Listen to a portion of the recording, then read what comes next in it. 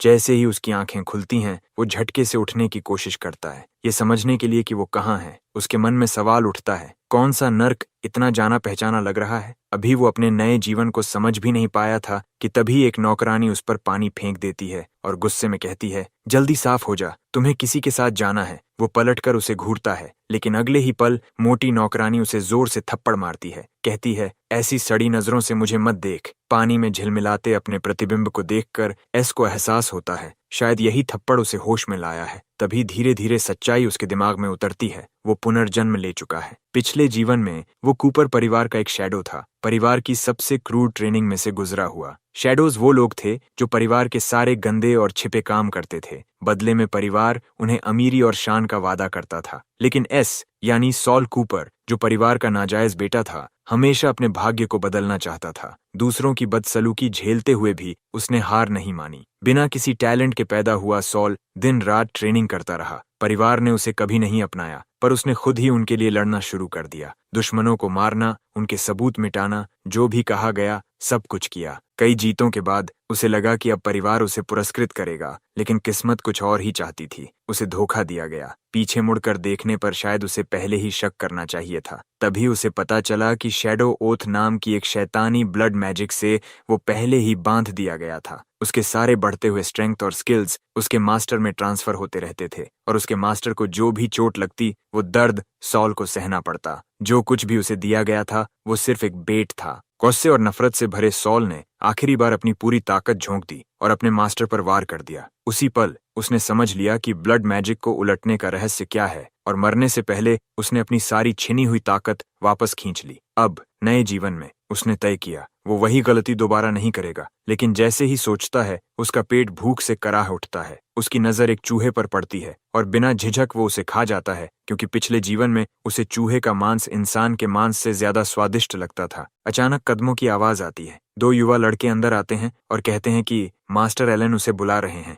जैसे ही वे उसे पकड़ने की कोशिश करते हैं, एस समझ जाता है यही वो पल है जब पिछले जीवन में उसे शैडो बनने के लिए चुना गया था। लेकिन उसके वे सारे यादें मिट चुकी हैं। शायद यही वह क्षण था जब ब्लड कर्स डाला गया था। बिना सोचे वो एक लड़के के हाथ को काट लेता है और खुद को छुड़ा लेता है। गुस्से में वे दोनों हमला करने की कोशिश करते हैं, लेकिन उसी पल एस की यादें चमक उठती हैं। पिछले जीवन की सोर्ड्समैनशिप ट्रेनिंग, पल भर में वो एक लड़के का हाथ काट देता है। दूसरा लड़का डर के मारे पेशाब कर देता है, हैरान कि 3 साल का बच्चा ऐसे लड़ सकता है। एस की आंखों में एक शैतानी मुस्कान उभरती है। अब उसकी बदले की घड़ी शुरू हो चुकी थी। अब बात करते हैं शैडो ओथ की। यह एक पुरानी ब्लड मैजिक थी, जिसमें मास्टर बस थोड़ा सा खून देता था और लक्ष्य उसकी परछाई बन जाता था। वो शैडो अपने मालिक को नुकसान नहीं पहुंचा सकता था और मालिक की चोटें उसी को झेलनी पड़ती थीं। लेकिन उसका सारा विकास, सारी ताकत ओथ मास्टर के पास चली जाती थी। इसकी क्रूरता देखकर एम्पायर ने 100 साल पहले ही इसके सारे ग्रिमवार्स नष्ट करने का आदेश दे दिया था।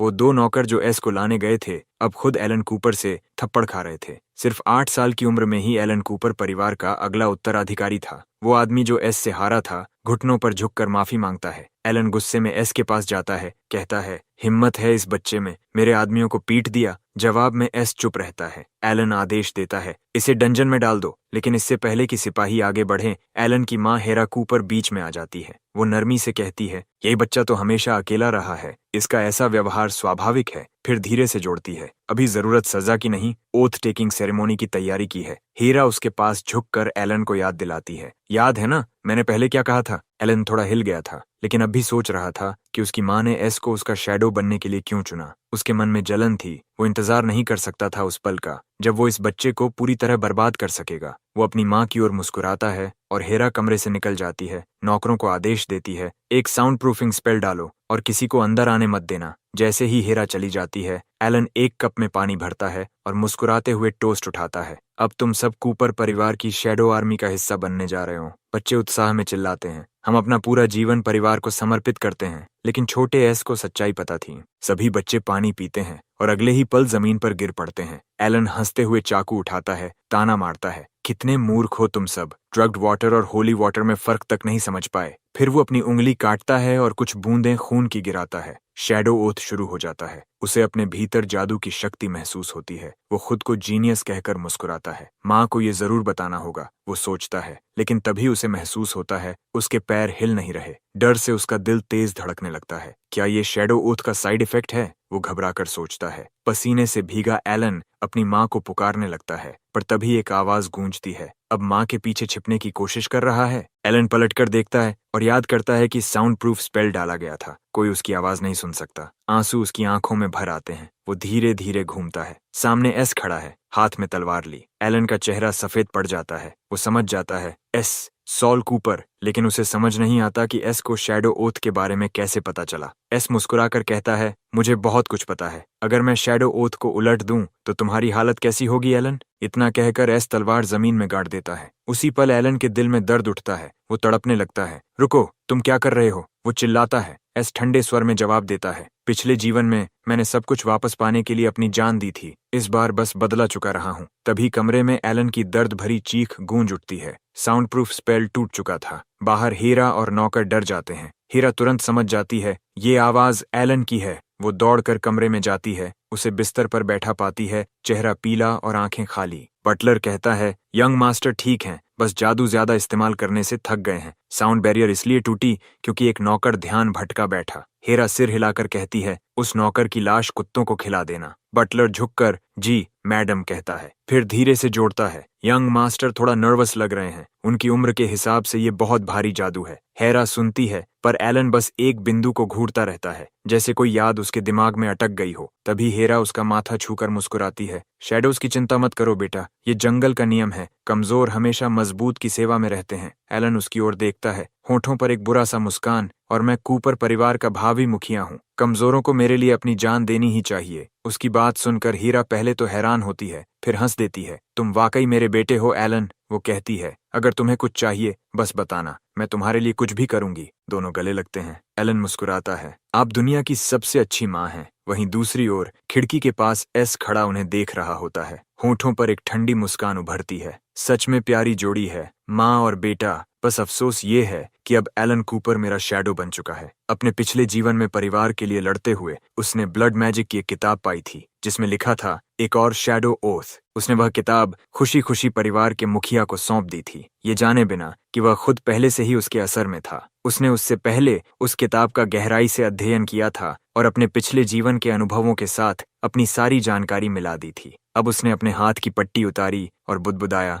बस एक बूंद खून, इतना काफी होगा ओथ तोड़ने के लिए। अब उसकी और एलन की रिश्ता हमेशा के लिए बदलने वाला था, लेकिन फिलहाल वो सिर्फ 3 साल का था, बहुत कमजोर, लड़ाई के काबिल नहीं। उसने समझ लिया कि उसे मजबूत बनना होगा, और उसकी ताकत की पहली मंजिल थी फ्लेमिंग माउंटेन। वो पर्वत कूपर परिवार का सबसे क्रूर टेस्टिंग ग्राउंड था, जहां सबसे शक्तिशाली शैडोज को चुना जाता था। जैसे प्रोमीथियस ने इंसानों के लिए आग चुराई थी और हर दिन एक बाज की चोंचों से तड़पता था, वैसे ही बच्चों को इस जलते हुए पहाड़ पर फेंक दिया जाता था। उन्हें जिंदा रहना होता था, जबकि ईगल्स उनका मांस नोचते रहते। मर जाने पर भी उन्हें हार मानने की इजाजत नहीं थी। केवल वही पहला शैडो जो पर्वत की चोटी तक पहुंच जाता, उसे मिलता था ग्रिफिन्स ब्लेसिंग, एक अमर शरीर जो किसी भी दर्द से टूटता नहीं। जल्द ही बच्चे ट्रेनिंग ग्राउंड में पहुंचे। वॉकर, जो शैडो ट्रेनर था, उनकी ओर देखकर बोला, तुम्हारे पास सिर्फ 3 दिन है। लक्ष्य आसान है, इस पर्वत की चोटी तक जिंदा पहुंचना। कैसे पहुंचना है ये तुम्हारे ऊपर है, लेकिन अगर हार मान ली तो 3 दिन बाद फांसी मिलेगी। इनोस ने सीटी बजाई और सारे बच्चे आग की तरह पहाड़ की ओर दौड़ पड़े। कोच ने आखिरी लड़के को धीरे धीरे चढ़ते देखा और कहा, वो एस कूपर है,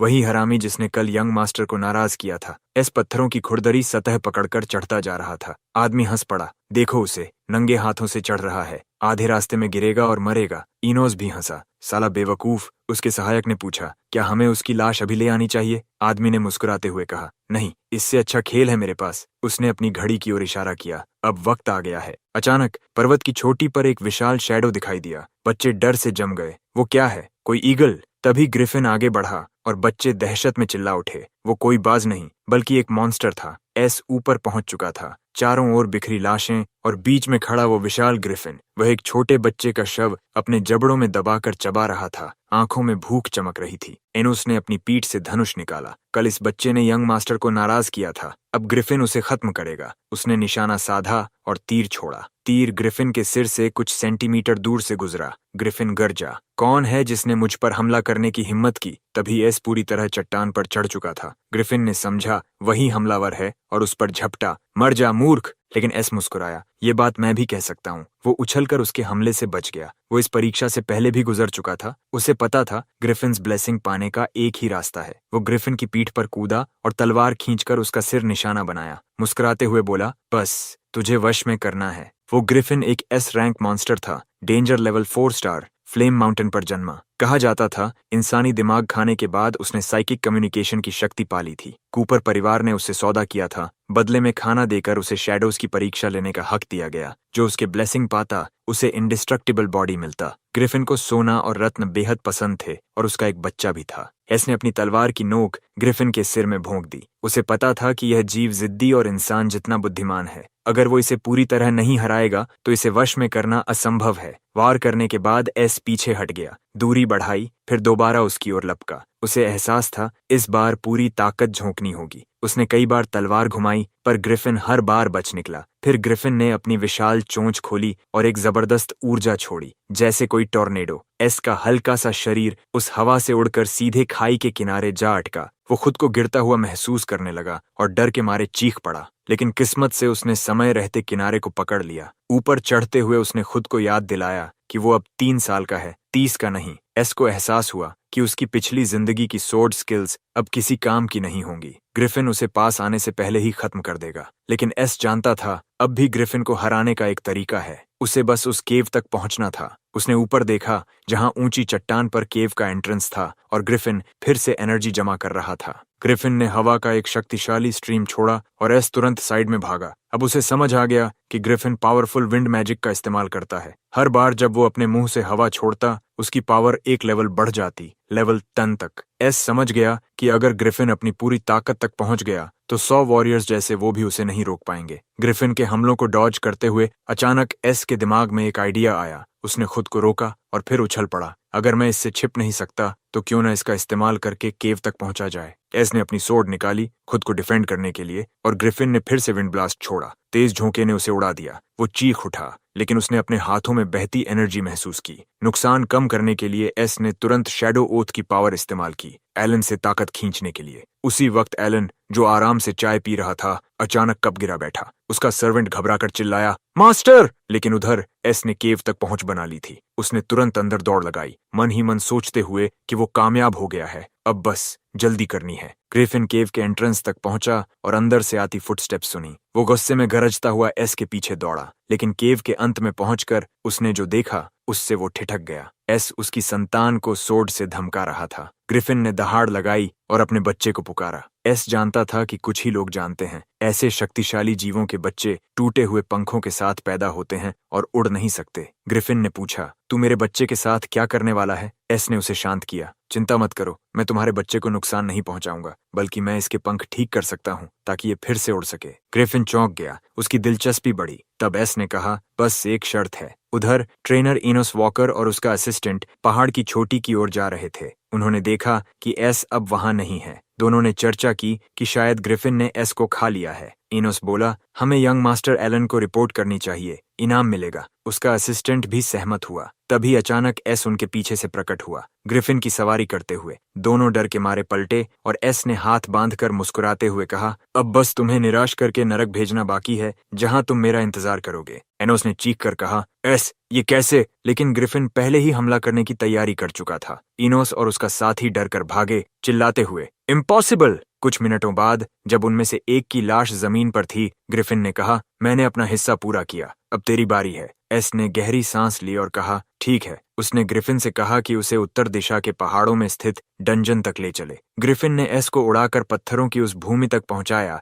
जहां एक विशाल दरवाजा था। ग्रिफिन बोला, जैसा तय हुआ तू पर्सियस की तलवार लाएगा और मुझे मेडूसा का खून दिलाएगा जो हर बीमारी का इलाज कर सकता है। एस मुस्कुराया, कोई दिक्कत नहीं, लेकिन अंदर ही अंदर सोच रहा था उसका असली मकसद न तलवार है न ग्रिफिन की मदद, बल्कि उस डंजन को नष्ट करना है। ग्रिफिन ने दरवाजे खोले और एस ने भीतर झांका। अंधेरे में धीरे धीरे रोशनी घुसी और सामने आई गॉर्गन मेडूसा की मूर्ति 3 स्टैच्यूज के साथ। ग्रिफिन ने एक स्टैच्यू पर हमला किया, लेकिन हैरानी से देखा कि वो पीछे हट गई। उसने जितना नुकसान पहुंचाया, मूर्ति उतनी ही धीरे धीरे खुद को फिर से जोड़ लेती। एस ने गौर किया, उन तीनों स्टैच्यूज में 5 अंग नहीं हैं। जैसे मिथोलॉजी की ग्रे सिस्टर्स के पास केवल एक शेयर्ड आई और एक शेयर्ड टूथ होती थी। क्योंकि मेडूसा और उसकी बहनें सी डीटीज की बेटियां थीं, उनके पास सी वाटर को कंट्रोल करने की शक्ति थी, इसलिए वे भागने लगी। ग्रिफिन गरज कर बोला, भागने से कुछ नहीं होगा। एस, कुछ सोच, सोर्ड कैसे ढूंढे? एस ने कहा, मैं खोज ही रहा हूं। ग्रिफिन ने चेताया, अगर यही चलता रहा तो ये जगह कोलैप्स हो जाएगी। तभी एस की नजर दीवार पर खुदे रून्स पर पड़ी। उसे अचानक एक ख्याल आया,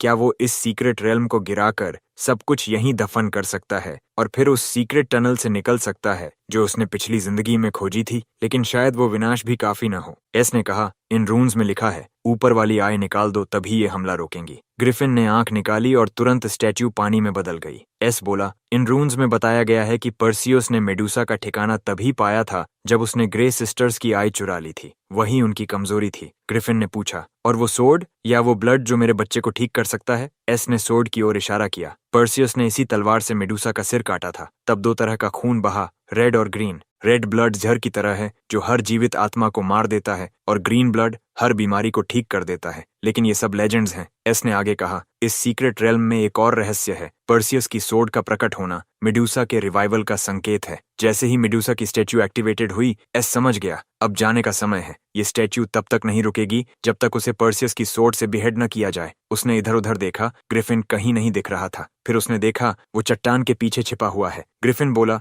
ये मेरे बस की नहीं, बाकी तू देख ले, मुझे मरने का कोई शौक नहीं। एस चौंक गया जब उसने देखा कि ग्रिफिन अपना आकार छोटा कर सकता है। सौभाग्य से एस इस सीक्रेट रेल्म से पहले गुजर चुका था, इसलिए उसके पास विकल्प थे। उसे knights of the round table की शील्ड चाहिए थी, जिसकी रिफ्लेक्शन से वो मेडूसा की आंखों में सीधे देखने के खतरे को घटा सके और पत्थर बनने से बच सके। वो शील्ड मेडूसा की गेज अटैक को भी रोक सकती थी। लेकिन जब मेडूसा ने अपनी नजर छोड़ी, एस को एहसास हुआ कि शील्ड काफी नहीं है। सीक्रेट एग्जिट भी अब पूरी तरह नष्ट हो चुका था। उसकी करंट टैलेंट रैंक के हिसाब से वो पर्सियस की सोर्ड को वील्ड नहीं कर सकता था। फिर भी एस ने हार नहीं मानी। अगर मैंने कोशिश नहीं की तो आज मर जाऊंगा। उसने पूरी ताकत से सोर्ड की ओर हाथ बढ़ाया और हैरानी से देखा कि वो आसानी से उठ गई। तलवार हल्की लगी, बहुत हल्की, क्योंकि उसकी टैलेंट रैंक बहुत कम थी। तभी एलन की ताने मारती आवाज उसके दिमाग में गूंजी, डी रैंक जैसे तू होली सोर्ड को छूने के लायक भी नहीं। एस को वो दिन याद आया जब उसे क्रॉस पर बांधा गया था। एलन ने उसकी माँ से पूछा था, क्या ये अभी भी होश में है? उसकी माँ ने ठंडी आवाज में कहा था, एक सिंपल एमनीजिया स्पेल से सब खत्म हो जाएगा।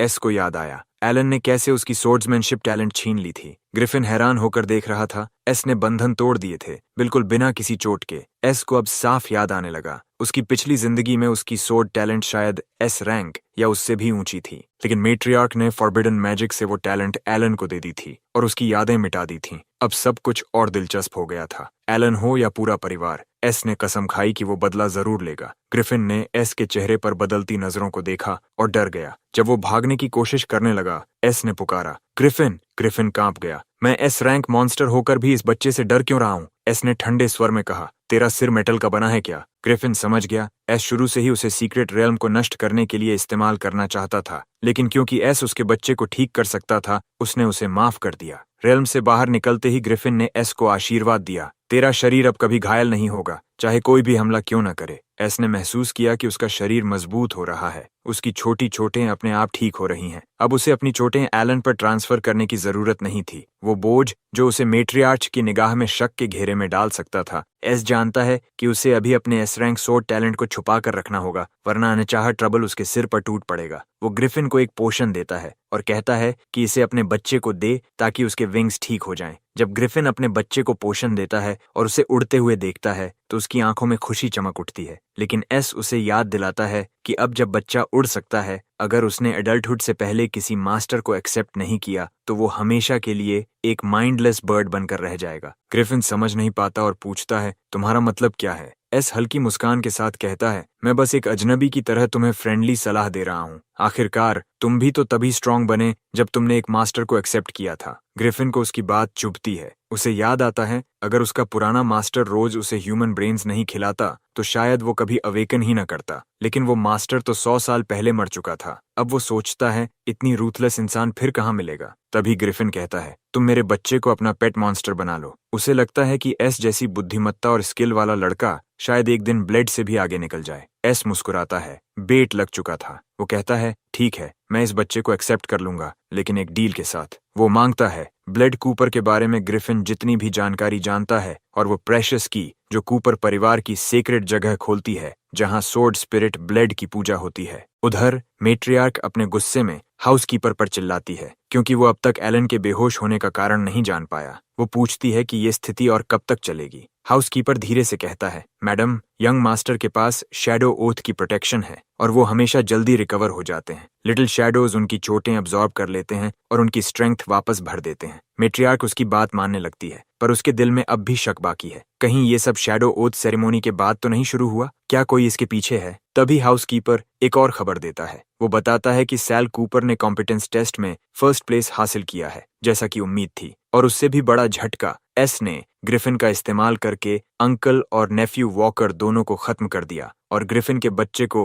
अपना पेट मॉन्स्टर बना लिया। मेट्रियार्च की आंखें फैल जाती हैं। वो अभी कहाँ है? हाउसकीपर कहता है, दरवाजे के बाहर मैडम, मैं उसे बुला लाता हूँ। एस अंदर आता है, झुककर पोलाइटली पूछता है, मैडम आपने बुलाया? मेट्रियार्क अब भी शॉक में पूछती है, तुमने वॉकर्स को क्यों मारा? एस शांत स्वर में कहता है, मैंने ये सब परिवार के लिए किया। एक शैडो ट्रेनिंग ऑफिसर जो खुद को एक 3 साल के बच्चे से नहीं बचा सका, ऐसे बेकार लोग कूपर फैमिली में रहने लायक नहीं है। मेट्रियार्च के चेहरे पर गुस्से की लकीरें खींच जाती हैं, मगर एस को डर नहीं। वो हाउसकीपर से कहती है, सैल को ईडन स्प्रिंग में रिकुपरेशन रिवॉर्ड दो। लेकिन जैसे ही एस कमरे से निकलता है, मेट्रियार्क का चेहरा ठंडा पड़ जाता है। वो धीरे से कहती है, डिप्रिवेशन मैजिक के रिसर्च को तेज करो। सोर्ड स्पिरिट इनहेरिटेंस सेरेमोनी से पहले उस बच्चे का टैलेंट स्ट्रिप कर दो और यंग मास्टर को दे दो। उसे पता है, अगर एलन की सोर्ड्समैनशिप की कमी का सच सामने आ गया तो उसका हेयर वाला दर्जा खत्म हो जाएगा। ईडन स्प्रिंग के पास खड़े एस के दिमाग में ग्रिफिन की बातें गूंजती हैं। ब्लेड कूपर की मौत से पहले उसने फॉरबिडन मैजिक का इस्तेमाल करके अपनी सोल ईडन स्प्रिंग के नीचे सील कर दी थी। उसका मकसद था अपनी जिंदगी भर की सोर्ड्समैनशिप उस एयर को देना जिसके पास एस रैंक सोर्ड्समैनशिप टैलेंट हो, ताकि कूपर फैमिली का एम्पायर में दर्जा कभी न गिरे। ग्रिफिन ने एस को बताया था कि स्प्रिंग में उतरकर अंडरकरंट के साथ तैरना होगा, फिर एक अंडरग्राउंड केव मिलेगी जहां की उसे ओनर तक ले जाएगी। लेकिन ईडन स्प्रिंग के बारे में कुछ अजीब था। ग्रिफिन इतने सालों से अपने मास्टर से अलग था कि उसे भी असली प्रोसेस नहीं पता था। बस एक चेतावनी दी थी, ओनर ब्लड मैजिक इस्तेमाल करता है और उससे निपटना आसान नहीं होगा। केस समझ जाता है, एलन से पहले सोर्ड्समैनशिप इनहेरिटेंस हासिल करना आसान नहीं होगा। बाहर बच्चे उसके एक्सप्लॉइट्स की बातें कर रहे थे और तभी रेनोद हंसकर बोलता है, वाह, मैंने नहीं सोचा था कि बंदर जैसी शक्ल वाला ये पतला लड़का इतनी तेजी से दौड़ भी सकता है और समिट पर सबसे पहले पहुंच भी गया। सल की पिछली जिंदगी में बाहर से वे उसके अधीनस्थ लगते थे, लेकिन असल में वे एलन के रखे हुए मोहरे थे। उन्होंने उस पर दुश्मन राष्ट्र से साजिश करने के झूठे इल्जाम लगाए थे, लेकिन क्योंकि एलन उनका सहारा था, वो अपनी मनमानी के आदी हो चुके थे। रेनोल्ड गुस्से में एस पर मुक्का फेंकता है और कहता है, देखते हैं तेरी इनविंसिबल बॉडी वाकई काम करती है या नहीं। पर एस उसका मुक्का रोकता है और अपनी ताकत दिखा देता है। जब उसका साथी चाकू लेकर हमला करता है, एस रेनोल्ड को ढाल बना लेता है और उसी चाकू से उसे ही घायल कर देता है। वो दोनों को स्प्रिंग में फेंक देता है क्योंकि ये स्प्रिंग चोटों को रिकवर कर सकती है। आखिर एस उन्हें भविष्य में अपनी ट्रेनिंग के लिए इस्तेमाल करना चाहता है। इस जन्म में एस उन्हें ऐसा कारण देगा जिसे वो ठुकरा नहीं सकेंगे और उन्हें अपने पॉन बना लेगा। एस पानी में काले जादू की ऑरा महसूस करता है। वो सोचता है, ये ईविल फॉरबिडन मैजिक जो ब्लड मैजिक के बराबर है, वो ऐसे स्प्रिंग में क्यों है जो हर जख्म और बीमारी को ठीक कर सकता है। शायद यही वो अजीब बात थी जो ग्रिफिन ने कही थी। पर जो भी हो, एस इस पानी को छू नहीं सकता। उसे कोई तरीका सोचना होगा जिससे वो स्प्रिंग के नीचे पहुंच सके बिना एक बूंद पानी छुए। तभी उसे मदद के लिए एक चीख सुनाई देती है। आवाज जानी पहचानी लगती है। एक नौकर एक लड़की को उसके बाल पकड़कर घसीट रहा होता है क्योंकि उसने टी और पानी ठीक से सर्व नहीं किया।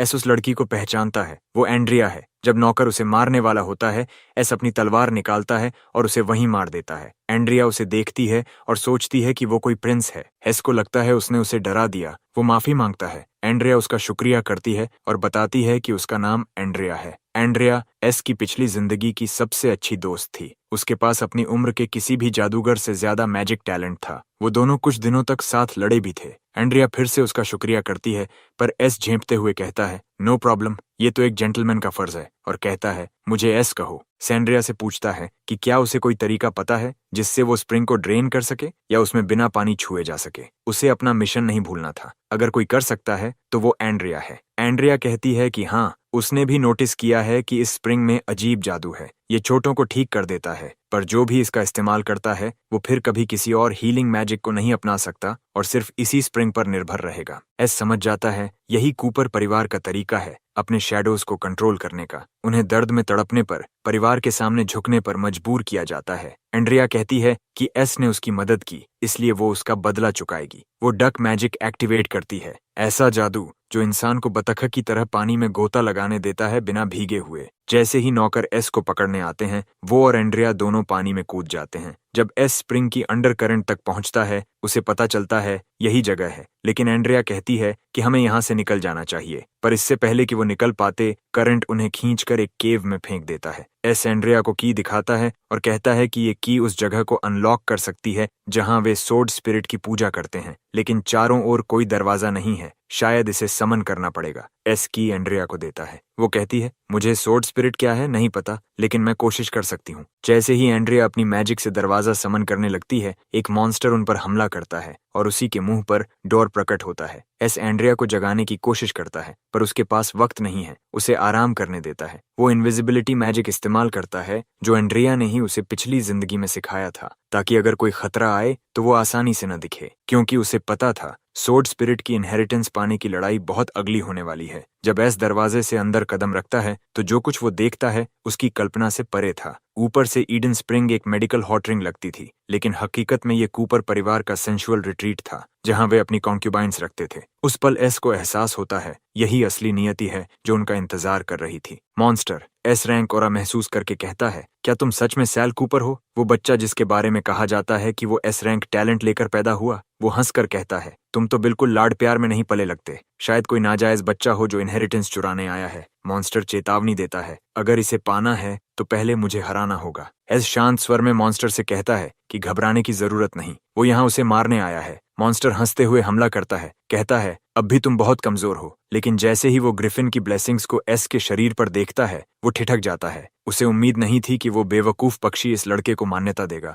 मॉन्स्टर कहता है कि ब्लेड ने उसकी आत्मा को सील करने के लिए अपनी बहुत सी शक्ति कुर्बान की थी, और हालांकि एस की ताकत अभी भी अधूरी है, पर उसमें वारिस बनने की एक उम्मीद बाकी है। एस बिना डरे magic restrictive blood formation activate करता है और ठंडे स्वर में कहता है, तू तो बहुत पहले मर चुका है। वो आगे जोड़ता है कि पिछले 100 सालों में एम्पायर ने ब्लड मैजिक से निपटने की टेक्निक्स विकसित कर ली हैं। अब उसे बस इस मॉन्स्टर का दिल निकालना है ताकि इनहेरिटेंस को जबरन हासिल कर सके। एस जैसे ही मॉन्स्टर की ओर दौड़ता है, मॉन्स्टर फिर ताने मारता है, काफी वक्त हो गया किसी चूहे से खेलने का, लेकिन अब मैं खेल नहीं रहा। वो एस की प्रतिभा को स्वीकार करता है, लेकिन कहता है, इतनी काबिलियत इनहेरिटेंस पाने के लायक नहीं। वो अपने खून से ब्लड स्पिरिट्स को नियंत्रित करता है और एस पर हमला करता है। एस सोर्ड ऑफ पर्सियस निकालता है और जादुई हमले रोकता है, लेकिन मॉन्स्टर एक स्पर्श में ही उसकी रक्षा ढाल तोड़ देता है और एस का गला पकड़ लेता है। मॉन्स्टर मुस्कुराते हुए कहता है, जब बिल्ली खेल खत्म करती है तो चूहे को खा जाती है। जैसे ही वो एस का माना और खून खींचता है, उसका चेहरा जिज्ञासु हो उठता है। तुम्हारी ऑरा बहुत जानी पहचानी लगती है, बिल्कुल उस कॉन्क्यूबाइन जैसी जिसे मैंने पिछली बार खाया था। शायद वो तुम्हारी माँ थी। अब मैं उसके बच्चे का स्वाद भी चख लूं। जैसे ही कुछ बच्चे एस को तंग करते हैं, माँ की यादें उसके मन में दौड़ जाती हैं। एक पत्थर उसके सिर पर लगता है और बच्चे चिल्लाते हैं, तेरी माँ ने तुझे छोड़ दिया। लेकिन एस समझ जाता है, माँ ने उसे नहीं छोड़ा था, मॉन्स्टर ने उसे मार डाला था। गुस्से में एस हमला करता है। उसकी शक्ति देखकर मॉन्स्टर हैरान रह जाता है, उसे ब्लड मैजिक कैसे आती है। लेकिन एस अपने बदले में अपना खून जलाने को भी तैयार है। मॉन्स्टर थक चुका है, उसने बहुत ऊर्जा खर्च कर दी है। अब उसे अपनी शक्ति लौटाने के लिए और औरतों को निगलना होगा। जैसे ही वो खुद को दोबारा भरता है, एस उसके पीछे कूदता है, तलवार उसके सिर में घोंपता है और कहता है, तो बता, मेरी माँ का स्वाद कैसा था। मॉन्स्टर की आंखों में पागलपन झलकता है, लेकिन अब देर हो चुकी है। वो मरने से पहले कहता है, मुझे मत मारो, मेरी तलवार ले लो, मेरा सोर्ड स्पिरिट बन जाओ। पर एस बस कहता है, तू इसके लायक नहीं, और आखिरी वार करता है। सोर्ड्समैनशिप इनहेरिटेंस उसके शरीर में समा जाता है। एस सोचता है, मैं तो जन्म से ही माँ के बिना था, तो ये यादें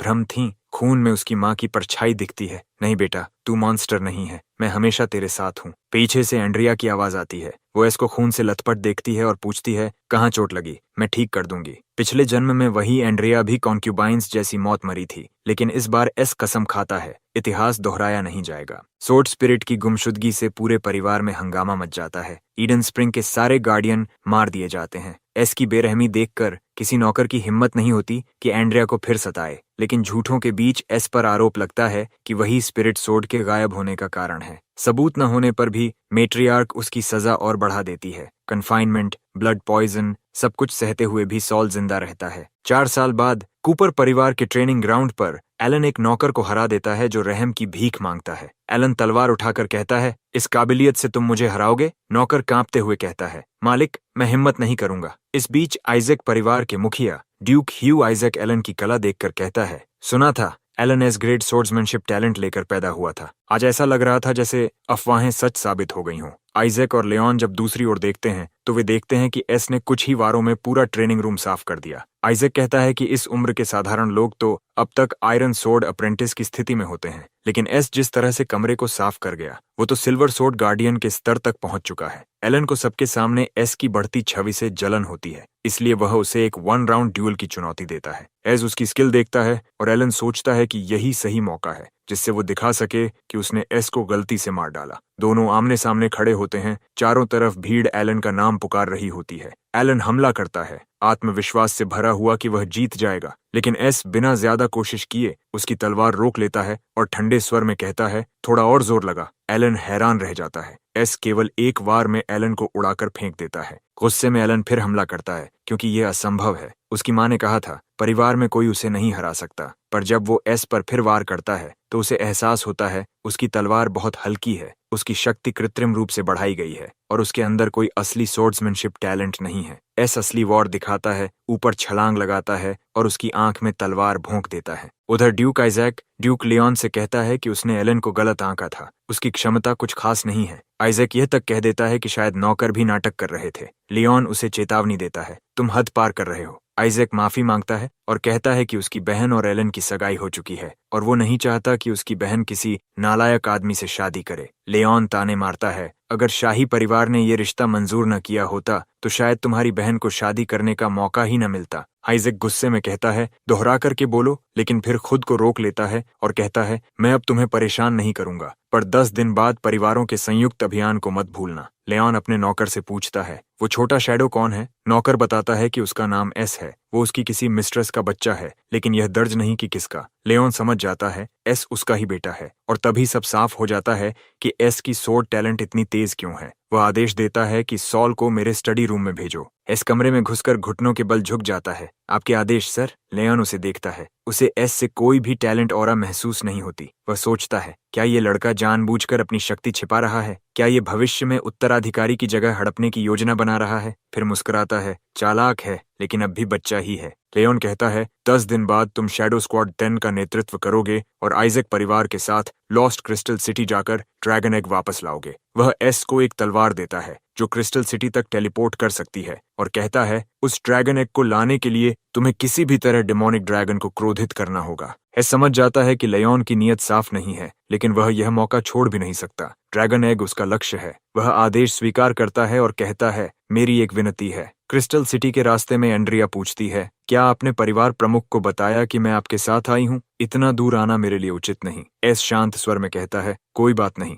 उन्हें फर्क नहीं पड़ेगा। क्रिस्टल सिटी पहुंचकर एस पूछता है, क्रिस्टल और ड्रैगन एग कहाँ हैं? तभी ग्लोरिया उनका मजाक उड़ाती है, इतनी बुनियादी जानकारी भी नहीं पता। फिर औपचारिकता से हाथ बढ़ाकर खुद का परिचय देती है, लेकिन एस उसे नजरअंदाज करता है और एंड्रिया से कहता है, मायो के साथ रुको, मैं लौट आता हूँ। ग्लोरिया फिर भी पीछे पीछे चलती है, जवाब पाने की कोशिश में, पर एस ठंडे स्वर में कहता है, अगर हमने पोर्टल सूर्यास्त से पहले एक्टिवेट नहीं किया तो पूरा सफर बेकार जाएगा। उसे अपने पिछले जीवन की ग्लोरिया याद आती है, वही झंझट वाली औरत। लेकिन वो बस कंधे उचका देता है और सोचता है, उम्मीद है वो बेवकूफ पक्षी मियो अपना मिशन ठीक से पूरा करेगा। ग्लोरिया और एस जैसे ही पोर्टल एक्टिवेट करते हैं, कूपर परिवार के नौकर हैरान रह जाते हैं। आइजैक परिवार के गार्ड कहते हैं, यह तो टेलीपोर्टेशन फॉर्मेशन है। पोर्टल खुलता है और सामने क्रिस्टल सिटी दिखाई देती है। शहर की खूबसूरती देखकर एस सोचता है, क्या डिमोनिक ड्रैगन एग वाकई ऐसी जगह हो सकता है? तभी एक आइजैक गार्ड कूपर सैनिकों को मारने की तैयारी करता है ताकि खुद ड्रैगन एग लेकर लौट सके और परिवार से इनाम पा सके। जैसे ही एस उन लोगों को बचाने की कोशिश करता है, लाइट सेंटिनल जो क्रिस्टल सिटी की रक्षा करता है, पोर्टल से बाहर आता है और गार्ड के हमले को रोक देता है। जब एक सेंटिनल आइजैक फैमिली के गार्ड पर हमला करने ही वाला होता है, ग्लोरिया कूदकर उसे एक ही बार में काट देती है और गार्ड से ठंडी आवाज में पूछती है, किसने कहा था अपने मन से काम करने को? गार्ड कहता है, उसने ये परिवार के लिए किया, लेकिन ग्लोरिया जानती थी कि वो बस अपने लिए कर रहा था। तभी दूसरा सेंटिनल ग्लोरिया पर हमला करने ही वाला होता है, पर एस उसे रोकता है, सिर्फ एक वार से। फिर वह आदेश देता है, शैडो यूनिट फॉर्मेशन में जाओ। अब एस सामने खड़ा है, लाइट सेंटिनल्स के मुकाबले में। वह देखना चाहता है कि लाइट की पावर ज्यादा स्ट्रांग है या उसकी शैडो पावर। आइजैक फैमिली के गार्ड दंग रह जाते हैं जब एस को आसानी से सभी सेंटिनल्स को हराते देखते हैं। वे सोचते हैं, क्या ये वही कूपर फैमिली है जो सोर्ड्समैनशिप में मैजिक को मिलाती है? आखिर एस तो बस एक बच्चा है और फिर भी इतना पावरफुल। ग्लोरिया भी एस की ताकत देखकर हैरान है, लेकिन इसी बीच एस ने क्रिस्टल की पावर अब्सॉर्ब कर ली थी और उसी पल वह सिल्वर सोर्ड गार्डियन से बढ़कर गोल्ड सोर्ड मास्टर बन जाता है। जैसे ही वह अगला कदम बढ़ाता है, ऑल्टर नीचे उतरने लगता है और धीरे धीरे ड्रैगन्स डेन का सीक्रेट पैसेज खुल जाता है। सब लोग ऑल्टर पर चढ़कर नीचे पहुंचते हैं। नीचे पहुंचते ही वे देखते हैं, वे चारों ओर ड्रैगन एग से घिरे हुए हैं। वहां इतने सारे अंडे हैं कि सबको हिस्सा मिल सकता है, लेकिन शैडो टीम की धीमी चाल देखकर सैल तंज कसता है। लगता है ये लोग डिमोनिक ड्रैगन को खुद को खिलाने का शौक रखते हैं। तभी डिमोनिक ड्रैगन उनके पीछे से उठ खड़ा होता है। सब लोग भागकर छिपने लगते हैं, पर एस और ग्लोरिया अपनी तलवारें निकालकर खड़े हो जाते हैं, लड़ने को तैयार। एस आदेश देता है, ड्रैगन एग्स लेकर निकल जाओ, मैं कवर करता हूँ। लेकिन तभी वे देखते हैं कि ग्रे पहले ही एक एग लेकर भाग चुका है। ग्रे बताता है कि कूपर फैमिली के हेड ने आदेश दिया था, एग्स लेने के बाद टेलीपोर्टेशन ऑल्टर को डिस्ट्रॉय कर दो ताकि आइजैक फैमिली वापस न जा सके। ग्रे कहता है, एम्पायर में सिर्फ एक फैमिली के पास ड्रैगन एग होना चाहिए, कूपर फैमिली के पास, और चला जाता है। ग्लोरिया गुस्से में कहती है, कूपर फैमिली हेड कितना रूथलेस है, उसने हमें ही नहीं एस को भी छोड़ दिया। पर एस शांत था, यह सब उसकी एक्सपेक्टेशन के अंदर था। ग्लोरिया पूछती है, अगर ये सब पहले से पता था तो फिर यहाँ क्यों आए अपनी जान देने? एस मुस्कुराता है, क्योंकि मैं यहाँ मरने नहीं आया, और तलवार उठाकर ड्रैगन के एक पंख को काट देता है। जब एस गिरता है, ग्लोरिया मूनशाइन सोर्ड शील्ड का इस्तेमाल कर उसे बचा लेती है। एस कहता है, ड्रैगन का दिल अटैक करने का मौका मैं लूंगा, लेकिन जब तक मैं तैयार होता हूँ तुम उसे डिस्ट्रैक्ट करो। ग्लोरिया हामी भरती है, मैं भी एक ग्रेट सोर्ड्स वुमन हूँ, मुझे कम मत समझना। वही ड्रैगन की ओर दौड़ती है, उसे विचलित करती है और चिल्लाती है, अब हमला करो एस। पर जब वह पीछे देखती है, एस वहीं खड़ा है, हिल भी नहीं रहा। ग्लोरिया सोचती है, वो शायद गिरने से एनर्जी खो बैठा है, अगर ऐसा चलता रहा तो हम सब मर जाएंगे। मजबूर होकर वह सोर्ड डांस ऑफ डिस्ट्रक्शन इस्तेमाल करती है और ड्रैगन गिर जाता है। पर वह जीत का भ्रम ज्यादा देर नहीं टिकता। ड्रैगन फिर उठ खड़ा होता है, इस बार पूरी तरह बजर्क होकर। सब लोग छिप जाते हैं, लेकिन एस वहीं खड़ा रहता है। उसकी शैडो पावर ड्रैगन के खून को एब्जॉर्ब करती है और वह अपने क्लोन्स बना लेता है। एक शैडो मेंबर नोटिस करता है कि एस की तलवार भी अब हाई ग्रेड ट्रेजर सोर्ड बन गई है। ग्लोरिया कहती है, ये फॉरबिडन ब्लड मैजिक है, एम्पायर में सिर्फ कूपर फैमिली हेड को बैटलफील्ड पर इसकी इजाजत है। वह सोचती है, क्या ये वही रूमर सच है कि कूपर फैमिली की सोर्ड स्पिरिट गायब हो गई थी? पर फिर उसे एहसास होता है, एस ने ये सब जानबूझकर किया था। उसने चाहा था कि वो खुद ड्रैगन का खून निकाले ताकि वह उसे अब्सॉर्ब कर सके। ग्लोरिया गुस्से में चिल्लाती है, तुमने मुझे इस्तेमाल किया। पर एस बस ठंडे स्वर में कहता है, पिछली जिंदगी में मैं एक पॉन था, इस बार नहीं। और फिर एस डिमोनिक ड्रैगन का सिर काट देता है। ग्लोरिया खुश होकर उसकी तरफ भागती है, पर एस उसकी ओर तलवार तान देता है। उसकी आंखें अब दानवी हैं, वह डिमोनिक पोजेशन में है। वही डीमन जिसे उसने पहले मारा था अब उसके भीतर बोलता है, मुझे मारकर तुम चैन नहीं पा सकते एस, अब तुम्हें भी खून और मांस चाहिए ताकत बनाए रखने के लिए। वह फुसफुसाता है, उन्हें मार दो, ग्लोरिया और बाकी शैडो मेंबर्स को। एस उन पर झपटता है, पर तभी उसे एंड्रिया दिखती है। कुछ देर बाद एस की आंखें खुलती हैं, वह बाहर लेटा है और उसके पास बैठी है एंड्रिया, उसकी वफादार साथी। एंड्रिया उसे बताती है कि उसने उस पर प्यूरिफिकेशन की है ताकि वह फिलहाल फिर से डीमनाइज्ड न हो और बाकी सभी भी सुरक्षित हैं। फिर वह एस को वो ड्रैगन एग देती है जो पहले ग्रे लेकर भाग गया था। वह कहती है कि उसने आइजैक फैमिली को इसके बारे में कुछ नहीं बताया और ग्लोरिया पहले ही अपनी टीम के साथ जा चुकी है, इसलिए मिशन को लेकर उसे अब चिंता करने की जरूरत नहीं है। एस उसकी ओर देखता है और शांत स्वर में कहता है, मैं तो वैसे भी इस बात की चिंता नहीं कर रहा था। असल में मियो को एंड्रिया को एक तय जगह तक ले जाकर उसकी झूठी मौत की खबर फैलानी थी ताकि वह फैमिली से अलग होकर आजाद रह सके। लेकिन जब एस तलवार उठाकर मियो पर हमला करता है, मियो रुकता नहीं। वह कहता है, ये मेरी गलती नहीं थी, एंड्रिया खुद तुम्हारे पीछे जाने पर जिद कर रही थी। एंड्रिया उन्हें रोकने की कोशिश करती है, पहले बात तो सुनो। पर तभी पीछे से शैडो मेंबर्स निकल आते हैं, तलवारें खींचे हुए। सोचता है कि आखिरकार उनका असली चेहरा सामने आ गया, वे ड्रैगन एग छीनने आए हैं। लेकिन उसकी हैरानी की हद नहीं रहती जब वे उसके पास से गुजर जाते हैं और ग्रे पर हमला करते हैं, उसे धोखा देने के लिए। वे सब एस के सामने घुटनों पर झुक जाते हैं और माफी मांगते हैं। हम पहले बेअदब थे, माफ कर दो। अगर तुम न होते तो जब परिवार ने हमें छोड़ा, हम सब मर चुके होते। वे शपथ लेते हैं, अब वे फैमिली की नहीं, सिर्फ एस की सुनेंगे और अपनी जान तक उसके लिए देंगे। लेकिन एस कुछ कह पाता, इससे पहले ही डिमोनिक ड्रैगन एग फूट जाता है और उसमें से डिमोनिक ड्रैगन जन्म लेता है। एस उसकी ओर बढ़कर उससे बात करता है और ड्रैगन उसे अपने मालिक के रूप में स्वीकार कर लेता है। शैडो मेंबर्स खुशी से चिल्लाते हैं, कांग्रेचुलेशंस लॉर्ड एस, आपने डिमोनिक ड्रैगन को टेम कर लिया। और इसी पल से जन्म होता है सैल कूपर की रेबल फोर्स का, जो अब परिवार के खिलाफ उठ खड़ी होगी। दूसरी ओर कूपर मैंशन में एलन अपनी माँ से पूछता है, मैं हॉर्स रेसिंग ट्रैक्स पर कब जा सकता हूँ? वह कहती है, जब तुम्हारे पिता का काम खत्म हो जाए। तभी उसका पिता गुस्से में अंदर आता है, तुम दिन भर मौज कर रहे हो, जबकि एस ने न सिर्फ ड्रैगन को मारा बल्कि उसके बच्चे को भी टेम कर लिया। एलन की माँ बीच में बोलती है, ये एलन की गलती नहीं है, अगर वो गया होता तो वही ड्रैगन को टेम करता। इतना कहकर वह एलन को लेकर रेस ट्रैक चली जाती है। वह सर्वेंट से कहती है, एलन का हॉर्स शिप लाओ, और फिर धीमी आवाज में पूछती है, डिप्रीवेशन मैजिक पर रिसर्च का क्या हुआ? सर्वेंट झुककर कहता है, मैडम,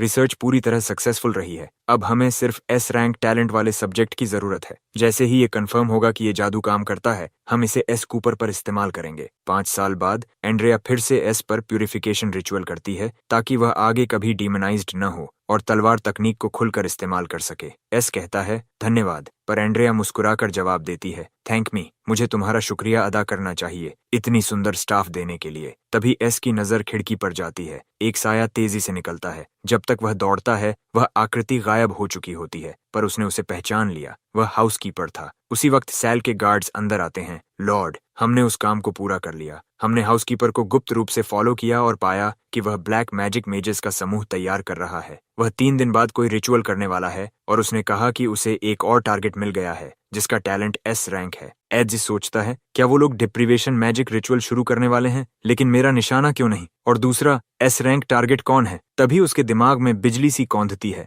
वो टारगेट एंड्रिया है। 3 दिन बाद एंड्रिया स्टोरेज रूम में जाती है, वहां बिखरा हुआ सामान देखती है और जादू से सफाई करने का सोचती है। पर तभी हाउसकीपर अचानक पीछे से आता है और जब तक वह कुछ समझती, वह बेहोश हो चुकी होती है। ब्लैक मैजिक मेजेस घेरा बनाकर जप करने लगते हैं, power of the night, hear my command, from the abyss of the heart, condense in my palm, transfer the power to my control. Kali ऊर्जा उनके चारों ओर बहने लगती है। हाउसकीपर खंजर उठाता है और सोचता है, जैसे ही उसके दिल का खून इस फॉर्मेशन में मिलेगा, उसकी प्रतिभा मेरी हो जाएगी। पर जैसे ही वह वार करता है, वह चौंक जाता है, एंड्रिया वहां है ही नहीं। भ्रमित होकर इधर उधर देखता है, तभी पीछे से एक आवाज आती है, तुम इल्यूजन मैजिक को कम आंक रहे थे। एंड्रिया उसके पीछे खड़ी थी, उसकी स्टाफ पर चमकता हुआ स्टारलॉक दमक रहा था। वह मंत्र पढ़ती है, स्टारलाइट बाइंड, और हाउसकीपर वहीं जकड़ जाता है। वह डर के मारे चिल्लाता है, उस पर हमला करो। ब्लैक मैजिक मेजेस उस पर टूट पड़ते हैं। एंड्रिया अपनी आंखें बंद करती है, कान ढक लेती है, ठीक वैसे ही जैसे एस ने उसे पहले सिखाया था।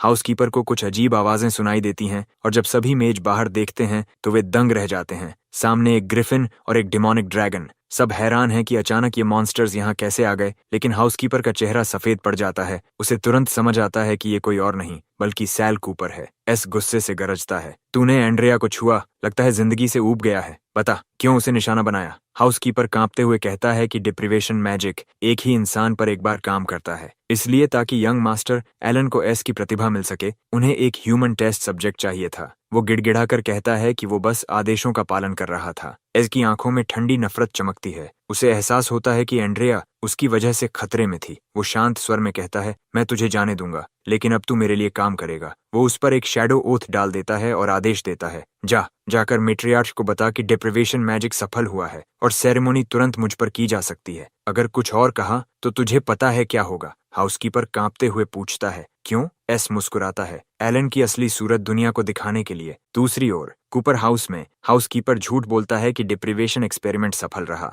एलन उसी समय ग्लोरिया से गार्डन टूर मांगता है, पर ग्लोरिया ठंडी नजर से इनकार कर देती है। मेट्रियार्क पूछती है, क्या वो पक्के तौर पर जानता है, और हाउसकीपर कहता है कि आने वाला फुल मून यंग मास्टर की कमिंग ऑफ एज सेरेमनी से मेल खा रहा है। कार्य करने का यह सबसे उत्तम समय है। मेट्रियार्क सोचती है, मेरी वर्षों की अभिलाषा अब पूरी होगी। एलन न सिर्फ परिवार का वारिस बनेगा, बल्कि एम्पायर का सबसे शक्तिशाली पुरुष भी। इस बीच एलन ग्लोरिया के इनकार से चिढ़ जाता है और सोचता है कि वो बस नखरे दिखा रही है। उसे लगता है कि उसकी माँ ने जो कहा, अपनी मंगेतर से करीब हो, वो तो बेकार है, क्योंकि कौन उसे नहीं चाहेगा। लेकिन ग्लोरिया ठंडी मुस्कान के साथ तलवार निकालती है। क्या एक निकम्मा यंग मास्टर मेरे योग्य फियांसे कहलाने लायक है? पहले मुझे हराओ। एलन गुस्से में किसी को बुलाने के लिए चिल्लाता है, पर तभी एस प्रकट होता है और एलन के ही शब्दों को व्यंग्य में दोहराता है। एलन जलते हुए कहता है, किसी ने तुझसे मदद नहीं मांगी, बस तलवार लाना भूल गया था। ग्लोरिया एस से पूछती है कि वो यहाँ क्यों आया और उसे प्रशिक्षण के लिए चुनौती देती है। एस मुस्कुराकर इनकार करता है, आज मैं व्यस्त हूँ।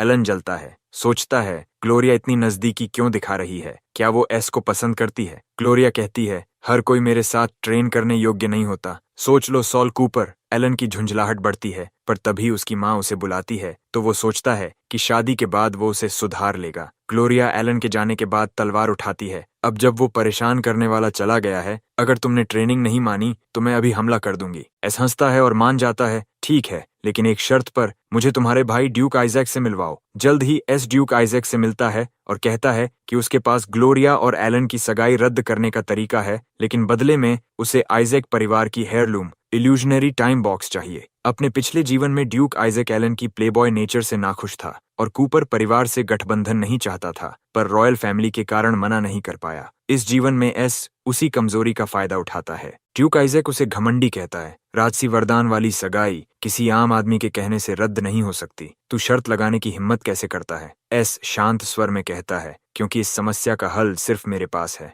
और वह तलवार खींचता है। ड्यूक आइजैक की आंखें फैल जाती हैं। यही तो असली कूपर का बच्चा है, एस रैंक टैलेंट वाला। एस ठंडी मुस्कान के साथ कहता है, जब सगाई रद्द नहीं हो सकती तो उस कचरे को मिटा देना ही सही होगा। 1 महीने बाद हाउसकीपर मेट्रियार्क से कहता है कि सब तैयार है, पर सैल कूपर वहां नहीं है और यंग मास्टर उसे ढूंढने निकला है। मेट्रियार्क ठंडी मुस्कान के साथ कहती है, मुझे पता है, जाओ उसकी मदद करो। दूसरी ओर वे तथाकथित बास्टर्ड बच्चे आपस में फुसफुसाते हैं, हमें यहाँ क्यों बुलाया गया? क्या एलन की हेयर वाली स्थिति दिखाने के लिए, ताकि हम उसके कुत्ते बन जाएं? दूसरा हंसकर कहता है, शायद, पर सब जानते हैं असली तलवारबाजी की प्रतिभा तो एस के पास है, वो तो भविष्य का फैमिली हेड बनने वाला है, एक बच्चा कहता है। लेकिन तीसरा उसे रोकता है, चुप रहो, कहीं फैमिली हेड सुन न ले। तभी एक नौकर ड्यूक कूपर को सूचना देता है कि सभी मेहमान अपनी सीटों पर हैं और कार्यक्रम शुरू होने के लिए तैयार हैं। ड्यूक आइजैक अंदर आता है। ड्यूक कूपर, हमें बात करनी है। कूपर ठंडी निगाह से कहता है, मैंने तुम्हें निमंत्रण नहीं भेजा। आइजैक मुस्कुराता है, ये तो मेरे भावी साले की कमिंग ऑफ एज सेरेमनी है, इस मजे से कैसे चूकता।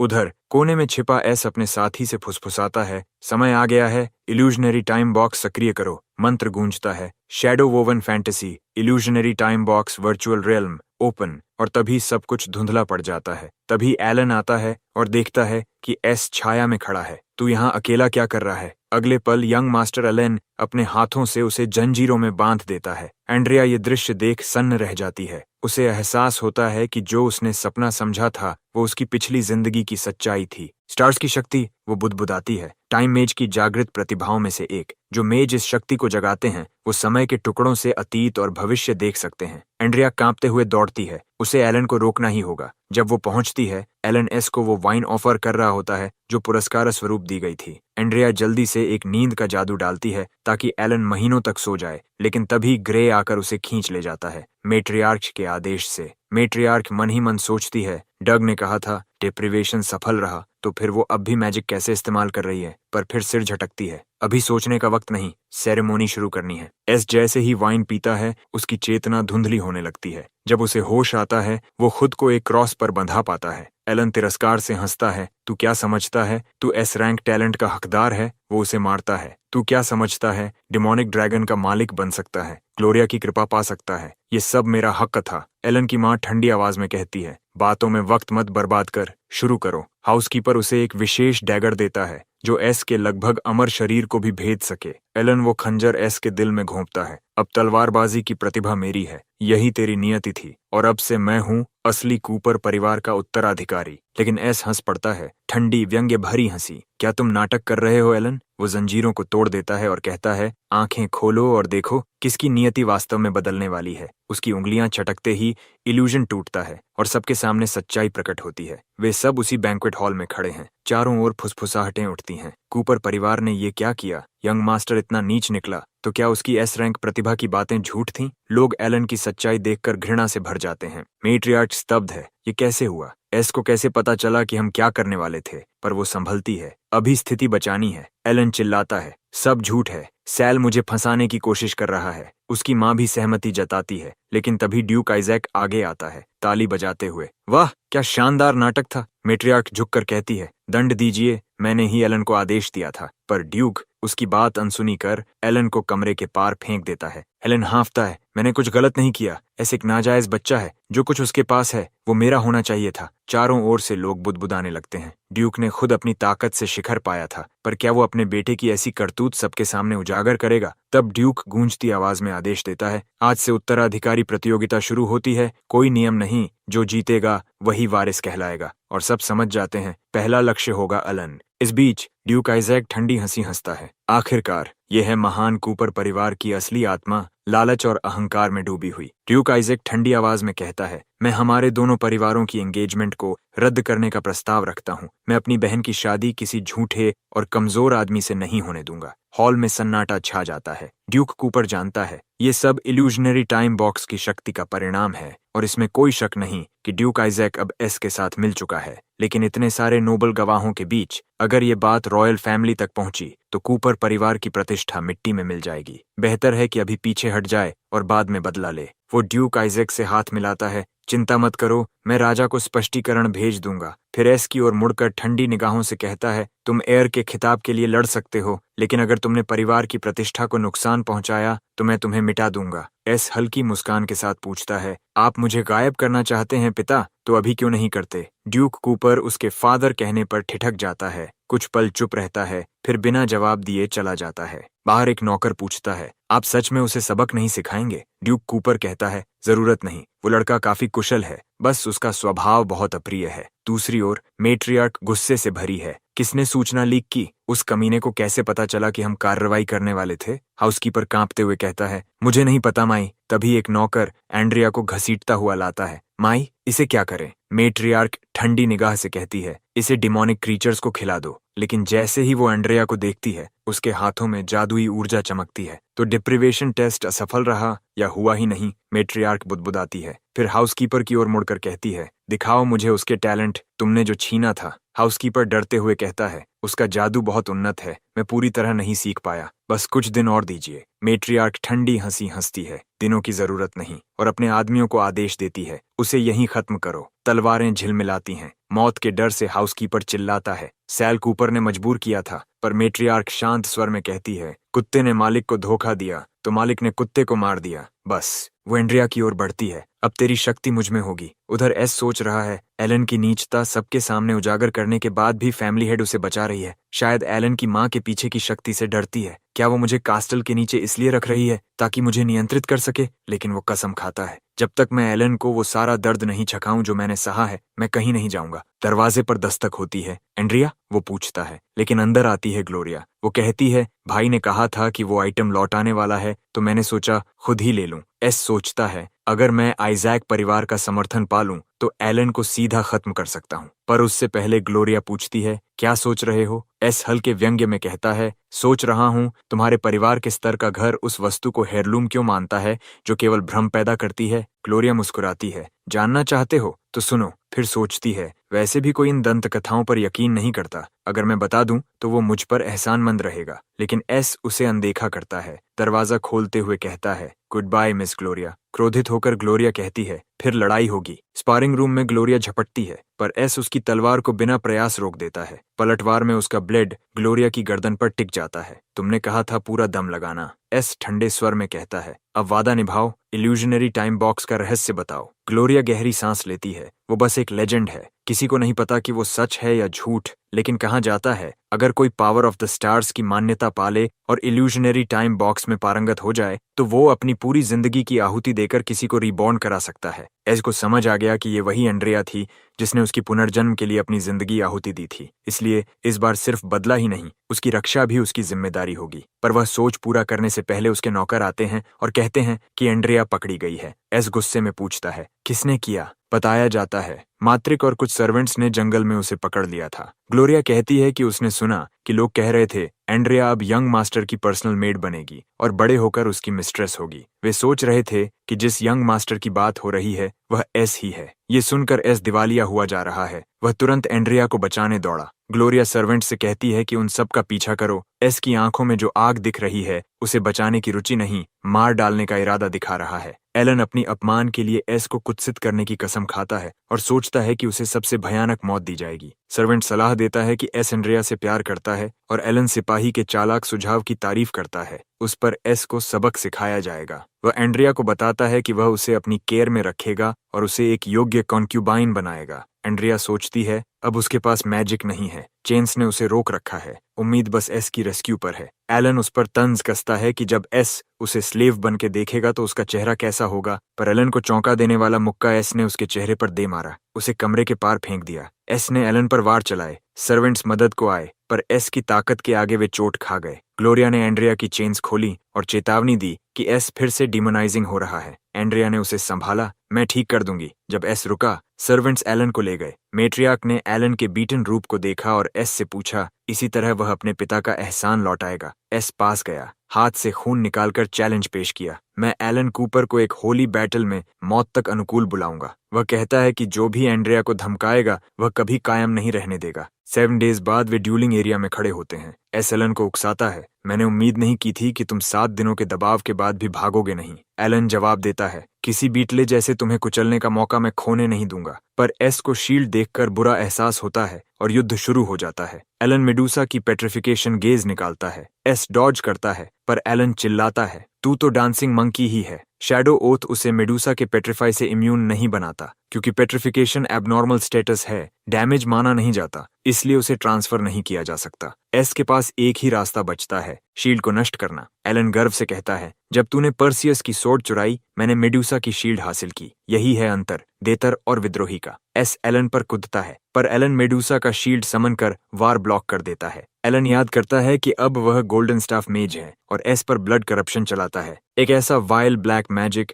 जो हजारों आम लोगों की आत्माओं से परिपक्व होता है। ड्यूक आइजैक इसे देखकर ड्यूक कूपर से जवाब मांगता है, पर कूपर चुप रहता है, ये उनके परिवार का सीक्रेट है। एलन करप्शन चलाता है, पर एस पर असर नहीं होता। एलन हैरान है, उसने कई सैकड़ों बार परीक्षण किया, पर अब भी कोई रेजिस्ट नहीं कर पाया। एलन और ड्यूक आइजैक दोनों चिंतित हैं। जब वे देखते हैं एस अनचाहे खड़े हैं, अब एलन और भी घातक जादू लगाता है। वह लाइफ सेप्टर का उपयोग करता है, जो दूसरों की लाइफ फोर्स इकट्ठा करके टारगेट को तुरंत मार सकता है अगर उसके पास पर्याप्त लाइफ फोर्स जमा हो। जैसे ही शैडोज एस की ओर बढ़ते हैं, एलन कसम खाता है वह उन्हें दंड देना बंद नहीं करेगा। उन्हें दंड देना बंद नहीं करेगा। एस जानता है कि वह जानवर नहीं है, वह दैत्य बनना नहीं चाहता, इसलिए उसने निषिद्ध जादू ब्लड फॉर्मेशन का प्रयोग किया। सभी शैडोज अपनी सामान्य अवस्था में लौटते ही उत्सव मनाने लगते हैं और उसी क्षण एस का डिमोनिक ड्रैगन ड्यूल एरिया में उतरता है। जैसे ही एलन गिरा हुआ खड़ा रहता है, एस ठंडी आवाज में कहता है, अब अपनी आखिरी सांस का आनंद ले,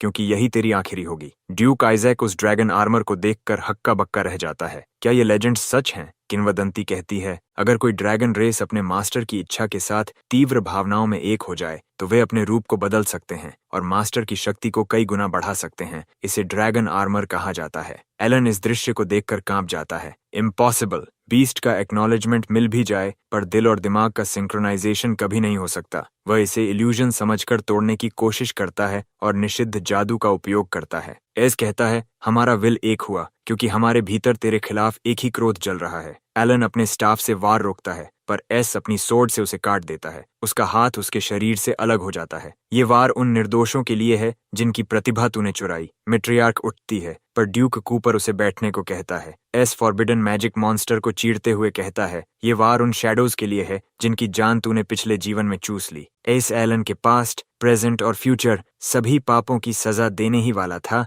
कि मैट्रियार्क उसके बचाव में पहुंचती है। वह जादुई आर्टिफैक्ट से 8वें रिंग का होली शील्ड चलाती है। ड्यूक आइजैक सोचता है, क्या वो अफवाहें सच थीं कि मैट्रियार्क को जादुई बैकलैश से चोट लगी थी जब उसने पूर्व परिवार प्रमुख की हत्या की थी। अब वह समझ गया कि यह स्त्री असल में एस रैंक मेज है जिसने शादी के बाद युद्ध छोड़ दिया था। मैट्रियार्क 9वें रिंग का होली स्पीयर कंजर करती है और कहती है, अगर मुझे पता होता कि तू ऐसा राक्षस बनेगा तो तुझे तेरे जन्म के वक्त ही खत्म कर देती। आज मैं वो गलती सुधारूंगी। ड्यूक कूपर चिल्लाता है, बस करो, और मैजिक रिस्ट्रेनिंग रिपल छोड़ता है जिससे सभी के आर्मर और एबिलिटीज टूट जाती हैं। वह एस की ओर देखता है, कूपर परिवार तेरा स्वागत नहीं करता। अपने लोगों को ले और चला जा, इससे पहले कि मैं अपना मन बदलूं। एस शांत चेहरा लिए वहां से निकल जाता है। साथ में ड्यूक आइजैक भी चलता है। आइजैक पूछता है, क्या तू हमारे परिवार में शामिल होना चाहता है? एस मुस्कुराता है, क्या तुम्हें परवाह नहीं कि मुझे निष्कासित कर दिया गया है? क्या तुम कूपर परिवार से युद्ध घोषित करोगे? फिर वह कहता है, मैं आइजैक परिवार में शामिल नहीं हो सकता पर सौदा जरूर कर सकता हूँ। राजा बीमार है और नोबल्स के बीच युद्ध निकट है। अगर मैं इंपीरियल एकेडमी में दाखिल हो गया तो राजधानी से समाचार सबसे पहले मुझे मिलेगा। ड्यूक पूछता है, मुझे तुझ पर भरोसा क्यों करना चाहिए और क्यों तुझे एकेडमी में दाखिला दिलाऊं? एस सोचता है, अब अपने ट्रम्प कार्ड का समय है। वह कहता है, क्योंकि मैं हिडन सोर्ड सेंट क्रिस का सीधा डिसाइपल बनने वाला हूँ। उसी वक्त कहीं शराब में डूबा सेंट क्रिस छींके मारता है। कौन मेरा नाम ले रहा है? कुछ दिन बाद सेंट गॉर्डन सिटी के बाहरी क्षेत्र में एस सामने के 3 टावरों की ओर इशारा करता है। वो तीनों सेंट गॉर्डन की सबसे मजबूत रक्षा हैं। Holi Trinity magic towers. इन्हें देखकर समझो हम शहर के करीब हैं। ड्यूक आइजैक कहता है, स्कूल के बाहर सावधान रहना, ये शहर नोबल्स से भरा है। एस मन ही मन सोचता है, आइजैक भरोसेमंद नहीं, वो अपने परिवार के हित के लिए किसी को भी धोखा दे सकता है। मुझे खुद ही रास्ता निकालना होगा। ड्यूक कहता है, चिंता मत कर, मैं इंपीरियल एकेडमी की सारी व्यवस्था कर दूंगा। बस मिस एंड्रिया को थोड़ी असुविधा सहनी पड़ेगी। वह तुम्हारी मेड बनकर नामांकन करेगी ताकि तुम दोनों वैध रूप से साथ रह सको। गार्ड्स को मैं अपने एस्टेट में रखूंगा, वे सुरक्षा और बैंडिट्स से निपटने में मदद करेंगे। साम्राज्य की राजधानी के पास बैंडिट्स के होने की खबर सुनकर एस को एक नया मौका दिखता है। ड्यूक बताता है कि उन्हें बैंडिट्स कहा जाता है, लेकिन असल में वे सेंट गॉर्डन के नोबल्स के अधीन काम करने वाले लोग हैं। एस सबको कहता है कि इन बैंडिट्स को वो संभालेगा और इसी बहाने वो समूह से अलग हो जाता है। ड्यूक पूछता है, और एंड्रिया का क्या? एस जवाब देता है, उसे imperial academy school of magic भेज देना। घने जंगलों के बीच बैंडिट्स के एक छिपे ठिकाने के बाहर एस खड़ा होता है। एंजेला की पिछली जिंदगी की यादों के मुताबिक वो अब करीब 7 साल की होगी और गुप्त रूप से इसी ठिकाने में कैद है। उसका पिता क्रिस उसे पागलों की तरह ढूंढ रहा है और उसे पाने के लिए कुछ भी करने को तैयार है। एस सोचता है, अगर वो एंजेला को बचा ले तो क्रिस से सोर्ड टेक्निक्स सीखने का रास्ता खुल जाएगा। वो अपना ड्रैगन आर्मर समन करता है और बैंडिट्स की ओर दौड़ पड़ता है। अपनी सोर्ड्समैनशिप इनहेरिटेंस स्किल्स से वो एक एक करके बैंडिट्स को काटता हुआ उनके बॉस तक पहुंचता है। एस अपना ब्लड शैडो स्लैश इस्तेमाल करता है। बैंडिट उस तलवार को पहचान कर चौंक जाता है। ये तो कूपर फैमिली की ब्लड मैजिक सोर्ड है, लेकिन एस कहता है, मुझे फर्क नहीं पड़ता तुम कौन हो, और उसे मार देता है। ग्रिफिन उड़ते हुए वहां पहुंचती है जैसे उसने एस के बताए ठिकाने को ढूंढ लिया हो। एस उसके पीछे पीछे हाइडआउट में दाखिल होता है। अंदर एंजेला उससे पूछती है, क्या आप अच्छे इंसान हैं? मुझे बचाने आए हैं? एस शांत स्वर में कहता है, मैं तुम्हें तुम्हारे पिता के पास ले जाने आया हूँ और उनसे सोर्ड टेक्निक्स सीखना चाहता हूँ। वो झूठ नहीं बोल सकता क्योंकि एंजेला ने कभी बताया था कि वो किसी के झूठ और असली इरादे दोनों पहचान सकती है। एंजेला समझ जाती है कि एस सच बोल रहा है और उसके साथ जाने को तैयार हो जाती है, लेकिन बाहर निकलते वक्त एस को एहसास होता है कि रास्ता आसान नहीं। वो एंजेला से कहता है, बाहर जो बड़ा आदमी है वो बेहद ताकतवर है, मैं सिर्फ एक बार उसका हमला रोक पाऊंगा। जब मैं उसे डिस्ट्रैक्ट करूं, तुम जितनी तेज भाग सकती हो भाग जाना। बाहर एक 4 मीटर लंबा स्केलेटन कोलोसस खड़ा है जिसकी ताकत एक सोर्ड सेंट के बराबर है, और एस के सामने वाला तो लगभग 5 मीटर का है। एस जानता है कि इस बार उसकी जान भी जा सकती है। वो ड्रैगन आर्मर पहनता है, एंजेला को तैयार रहने को कहता है और कोलोसस की तरफ दौड़ पड़ता है। कोलोसस का वार रोकते हुए एस चिल्लाता है, अब भागो। उसकी आर्मर में अभी एक अंतिम स्किल बाकी है और यही सही समय है उसे आजमाने का। वो ड्रैगन आर्मर रिलीज सक्रिय करता है जिससे आर्मर का मैजिक बलपूर्वक मुक्त होकर धमाके की तरह फट पड़ता है, एक भयानक शॉक वेव पैदा करते हुए। ये लाइफ सेविंग स्किल एस की आखिरी ढाल है। स्केलेटन कोलोसस जैसे मॉन्स्टर को वो अपने रिवेंज के रास्ते में रुकने नहीं देगा। इस वक्त बस एंजेला को जिंदा निकालना ही उसका लक्ष्य है। जैसे ही कोलोसस एंजेला की ओर बढ़ता है, ग्रिफिन उसे हवा में उठा लेती है। एस जैसे ही बाहर निकलने लगता है, एक सील टाइप मैजिक अरे उसका रास्ता रोक देता है। बाहर निकलने के लिए उसे अरे के कोर को तोड़ना होगा, लेकिन कोलोसस पीछा कर रहा है। उसके पास कोर ढूंढने का वक्त नहीं। तभी एंजेला पूछती है, क्या वो कोर किसी ऐसी जगह है जहां जाने की दूसरों को मनाही थी? एस चौंक कर पूछता है, तुम्हें पता है कहाँ है? एंजेला बताती है, जब वो लोग मुझे कभी कभी बाहर ले जाते थे तब 3 जगह थीं जहां मुझे जाने नहीं देते थे। वो पास की दिशा में इशारा करती है। स्केलेटन कोलोसस बेहद मजबूत है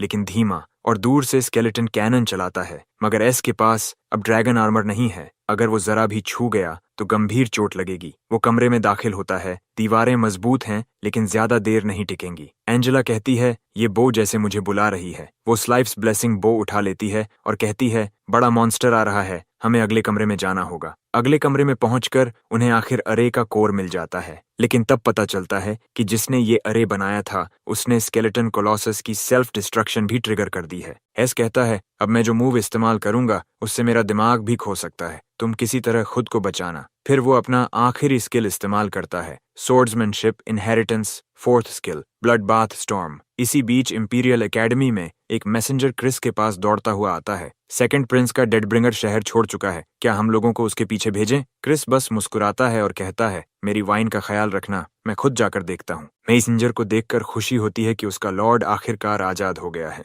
वहीं दूसरी ओर बैंडिट लेयर में एस फिर से डीमन के प्रभाव में है। उसकी आंखें खून से लाल हैं और अब वो एंजेला पर ही हमला करने को तैयार है। एंजेला को याद आता है कि एस ने कहा था किसी भी हाल में जिंदा रहना। वो अपनी बो उठाकर एस पर वार करती है लेकिन नाकाम रहती है। डीमन के कब्जे में आया एस धीरे धीरे आगे बढ़ता है, जबकि एंजेला अब एक कदम भी पीछे नहीं जा पाती। वह उसे उठा लेता है जैसे उसकी प्योर ब्लड पीने की चाहत हो। एंजेला कांपती आवाज में कहती है, एस दुखी मत होना, तुमने अपनी पूरी कोशिश की। उसकी बात सुनकर एस की चेतना लौट आती है। उसे एहसास होता है कि डीमन हद पार कर चुका है। ब्लड डीमन हैरान होता है, तू खुद मेरे नियंत्रण से कैसे निकल गया? वो गरजता है, मत लड़ा मुझसे, तू मुझसे बच नहीं सकता, तेरी आत्मा सदा मेरी रहेगी। एस शांत स्वर में कहता है, तेरा प्रभाव डरावना है लेकिन मुझे बस एक मूव चाहिए। और तभी एस इस्तेमाल करता है ब्लड फीस्ट। ब्लड डीमन चीखता है, तू खुद को नष्ट कर रहा है, अब कभी सोर्ड्समैन नहीं बन पाएगा। लेकिन एस ठंडे स्वर में जवाब देता है, क्रिस मेरी मदद करेगा और जल्द ही तुझसे भी निपट लूंगा। डीमन आखिरी बार फुफकारता है, दूसरों पर भरोसा मत कर वरना पछताएगा। तभी सैंड्रू का डेथ ब्रिंगर पहुंचता है, प्रिंस को मुसीबत में डालने वाले एस को मारने। वो खंजर उठाता है पर एंजेला अपने शरीर से एस को ढाल देती है। बिग ब्रदर को मत चोट पहुंचाओ। डेथ ब्रिंगर की आंखें फैल जाती हैं, उसका हाथ कई टुकड़ों में कट चुका है। दरवाजे पर खड़ा था एंजेला का पिता क्रिस। क्रिस अपनी बेटी को गले लगाकर कहता है, चलो घर चलते हैं, मगर एंजेला कहती है, पापा एस को छोड़कर मत जाइए। क्रिस उसकी ओर देखता है, फिर एस से कहता है, मैं तेरी बॉडी ठीक कर सकता हूँ। एस मुस्कुराता है, मुझे सिर्फ शरीर नहीं आपकी लेगेसी चाहिए। क्रिस जवाब देता है, अभी तो मैं ही एंजेला को बचा रहा हूँ। एस कहता है, मेरी गलती से कुछ दिक्कतें जरूर आईं, लेकिन इसी वजह से आप सेकंड प्रिंस के कंट्रोल से आजाद हुए। 7 दिन बाद इंपीरियल एकेडमी में क्रिस बताता है, तेरा शरीर पूरी तरह नहीं भरा, फिर भी मैंने एम्पायर को घोषित कर दिया है कि तू मेरा उत्तराधिकारी बनेगा। एस पूछता है, तो अब मैं इंपीरियल एकेडमी का दुश्मन बन गया? क्रिस मुस्कुराता है, अगर चाहे तो तू मेरा डिसाइपल रहना छोड़ सकता है। दोनों गलियारे में चलते हैं, तभी स्टूडेंट्स फुसफुसाने लगते हैं, वो वही है जिसने अपने भाई शायद पूरे परिवार को ही मार दिया। एस कहता है, इनहेरिटेंस ही सब कुछ नहीं, कुछ स्टूडेंट्स की नफरत मुझे रोक नहीं सकती। तभी विलियम, एक कॉमनर स्टूडेंट और गोल्ड स्वॉर्ड मास्टर सामने आता है। वो गरजता है, एस एक विलन है जिसने अपने खून के भाई को मारा। उसने स्वॉर्ड सेंट क्रिस को भी धोखा दिया। मैं उसे ड्यूअल में हराकर उसका ऑनर छीन लूंगा। एस सोचता है, ये दुश्मनी इतनी गहरी, ये तो सैंड्रू का खेल है। विलियम के भीतर का जस्टिस सेंस उसी के हाथों इस्तेमाल हो रहा है। विलियम कहता है, अगर हिम्मत नहीं है तो स्वॉर्ड सेंट क्रिस का नाम छोड़ दे। एस अपनी तलवार खींचता है, याद करता है पिछली जिंदगी में भी यही हुआ था, तब भी विलियम किसी के इशारे पर था। रीबर्थ के बाद ये दोबारा। एस ठंडी मुस्कान के साथ कहता है, ठीक है, अगर मैं जीत गया तो तू अपनी इटर्नल लॉयल्टी देगा। ड्यूल शुरू होता है। स्टूडेंट्स चारों ओर खड़े हैं, चिल्लाते हैं, विलियम इसे सबक सिखा। इंपीरियल एकेडमी कोई सड़क का अखाड़ा नहीं है। विलियम इंपीरियल सोर्ड्समैनशिप की हेवी क्लीव तकनीक से एस पर टूट पड़ता है। एस ब्लड डीमन सोर्ड से उसका वार सहजता से रोक देता है। कहता है, हार मान ले, तू मेरा मुकाबला नहीं। विलियम गुस्से में सोर्ड्समैनशिप एनरेज्ड स्किल सक्रिय करता है। एस ने अभी अभी ब्लड लाइट स्टीलिंग शैडो इस्तेमाल किया था, उसे 10 सेकंड की कूल डाउन चाहिए। विलियम अपने अल्टीमेट कॉम्बो से हमला करता है, वही जो उसने एकेडमी में मास्टर किया था, लेकिन एस हर वार को चकमा देता है। विलियम समझता है ब्लड मैजिक बाकी मैजिक से अलग है। एस की हालत कमजोर है, फिर भी वो ब्लड डीमन सोर्ड्समैनशिप की दूसरी टेक्निक चला रहा है जो सिल्वर सोर्ड गार्डियन के स्तर की है। एस जानता था कि अगर उसने अपनी थर्ड टेक्निक का इस्तेमाल किया तो वो सिर्फ ब्लड डीमन फैंटाज्म को ही नहीं जगाएगा, बल्कि अपना नया ठीक हुआ शरीर भी फिर से बर्बाद कर देगा। लेकिन विलियम की लॉयल्टी पाने के लिए एस अपनी जान दांव पर लगाने को भी तैयार था। उसने अपनी 1000 ब्लड शैडो ब्लेड्स टेक्निक का इस्तेमाल किया, तलवार विलियम की ओर घुमाई, लेकिन वॉर करने से पहले ही रुक गया। विलियम हैरान था, उसने कभी नहीं सोचा था कि तलवारबाजी इतनी भयावह भी हो सकती है। एस ने जब उसे देखा तो बोला, तेरा चेहरा फिर से देखकर कुछ पुरानी यादें लौट आईं, पर उसी वक्त एस का शरीर फिर से डीमोनाइज्ड होने लगा। विलियम ने महसूस किया कि उसके ब्लड लस्ट में कुछ गड़बड़ है। क्रिस तुरंत समझ गया कि एस ने ब्लड मैजिक का इस्तेमाल किया है। बाकी छात्र उसे देखकर चीख उठे, वो एक ईविल विलन है जो इंसानों को मारने में हिचकिचाता नहीं। उन्होंने तलवारें तानी, पर विलियम ने बीच में आकर उन्हें रोका। उन्होंने विलियम से कहा, पीछे हटो, अब कुछ नहीं किया जा सकता। मगर विलियम गरजा, एस ने मेरी इटर्नल लॉयल्टी हासिल कर ली है। अगर वो ईविल भी है तो मैं उसके लिए लड़ूंगा और मरूंगा भी उससे पहले। क्रिस ने यह सब देखकर अपने जवान दिनों का खुद को देखा। उसने छात्रों से कहा, किसी की कमजोरी का फायदा उठाना इंपीरियल एकेडमी के छात्रों का तरीका नहीं है। जब एस ठीक हो जाएगा तब तुम्हें मुकाबले के भरपूर मौके मिलेंगे। क्रिस एस को लेकर वहां से चला गया। तभी मोरन श्यूवर्ट फैमिली का दूसरा बेटा सेकंड प्रिंस से बोला, अब क्या करें? प्रिंस ने मुस्कुराते हुए कहा, मुझे याद है एस अकादमी में नोबल रिकमेंडेशन से दाखिल हुआ था। चलो ट्रायल मिशन हॉल चलते हैं। दूसरी ओर एंड्रिया ने प्रोफेसर कैसरिन से कहा कि वो एस की मदद करना चाहती है, क्योंकि सिर्फ वही ब्लड डीमन फैंटाज्म को शांत कर सकती है। प्रोफेसर कैसाडिन ने कहा, बेहतर होगा कि तुम उससे दूर रहो। वो जिस चीज का अभ्यास करता है वो ईविल ब्लड मैजिक है। लेकिन एंड्रिया ने तुरंत पलटकर कहा, आप ही ने तो कहा था कि मैजिक फैक्शन और एथिक्स ऑफ मैजिक का कोई संबंध नहीं। कैसाडिन ने गंभीर होकर कहा, ज्यादातर जादू का नहीं होता, लेकिन ब्लड मैजिक अलग है। दूसरी ओर क्रिस ने एस से कहा, अगर तू सच में ब्लड मैजिक के जरिए ब्लड डीमन सोर्ड्समैनशिप को परफेक्टली सीखना चाहता है तो तेरे पास perfect mental power, will power और फिजिक होना चाहिए। उसने बताया कि पिछले 7 दिनों में उसने खुद दर्द सहकर एस को रिकवर करवाया। उसे सिखाया कि कैसे ब्लड लाइन मैजिक पावर का इस्तेमाल करके शरीर को स्ट्रेंथन किया जा सकता है। क्रिस ने एस को घूरते हुए कहा, अगर तू खुद को ही खत्म कर देगा तो कूपर फैमिली से बदला कौन लेगा? क्या यही है तेरी कृतज्ञता? आधा ठीक हुआ शरीर फिर से बर्बाद कर रहा है। एस ने ठंडे स्वर में कहा, मैं इतना नाइव नहीं हूँ, लेकिन कुछ चीजें ऐसी होती हैं जिनके लिए सब कुछ दांव पर लगाना बनता है। क्रिस गरजा, अगर तू मर गया या दूसरों को नुकसान पहुंचा दिया तो? एस ने शांत भाव से कहा, मुझे भरोसा है मेरा मास्टर अपने डिसाइपल एयर को पागल होकर मैसेकर करने नहीं देगा। तभी दरवाजे पर George Brandon, combat academy branch का हेड खड़ा था। उसने खांसते हुए कहा, तुम लोग काफी बातें कर चुके हो। क्रिस ने भौहें सिकोड़ते हुए कहा, तू यहाँ क्या कर रहा है? यहाँ तेरी कोई जगह नहीं। जॉर्ज ने कहा, एस एक नोबल रिकमेंडेशन छात्र है। नियमों के अनुसार उसे 1 हफ्ते के भीतर ट्रायल मिशन पूरी करनी होगी ताकि वो अपनी एलिजिबिलिटी साबित कर सके।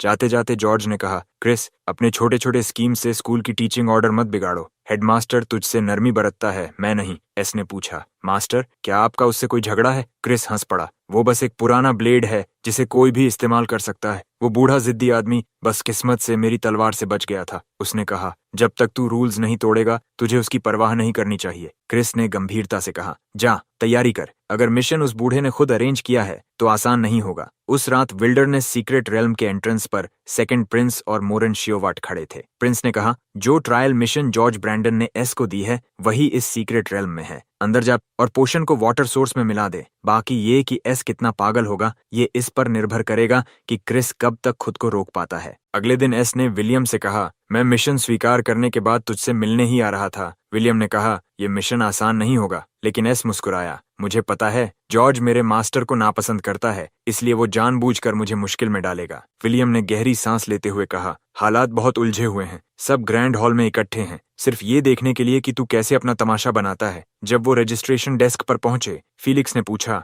नाम? एस ने ठंडे स्वर में कहा, मैं यहाँ ट्रायल मिशन लेने आया हूँ। फीलिक्स ने फाइल्स पलटते हुए कहा, सीक्रेट रेल्म में म्यूटेशन हुआ है, इसलिए तेरे मिशन की डिफिकल्टी अब हाईली डेंजरस में बदल दी गई है। अब इसके लिए कम से कम 4 लोगों की टीम चाहिए। विलियम ने कहा, इसे सोलो नॉर्मल डिफिकल्टी मिशन में बदल दो। लेकिन फीलिक्स ने मुस्कुराकर कहा, सोलो मिशंस अगले हफ्ते अनाउंस होंगी और अकादमी के नियम कहते हैं कि एस को 3 दिनों के भीतर ट्रायल मिशन पूरी करनी ही होगी। फीलिक्स ने व्यंग्य से पूछा, तो क्या करेगा एस? 4 लोगों को ढूंढने की कोशिश या अकादमी छोड़कर भाग जाना? तभी एक छात्र बोला, फीलिक्स, तू उससे बात भी क्यों कर रहा है? मैं होता तो 3 दिन के लिए सिस्टम बंद कर देता। इसने पूछा, क्या सच में तू सोचता है कि मैं टीममेट्स नहीं ढूंढ पाऊंगा? फीलिक्स बोला, मुझे फर्क नहीं पड़ता, पर बाकी लोग तुझे अकादमी में शामिल नहीं देखना चाहते। कोई भी नहीं चाहता कि तू विलियम जैसा लैकी बने। तभी एस ने अपनी ब्लड सोर्ड बाहर निकाली और कहा, अगर मैंने टीम बना ली तो तू अपनी आंखों होते हुए भी अंधा कहलाएगा और विलियम से माफी मांगेगा। फीलिक्स तिलमिलाया, जब तक तू मुझे मार नहीं देता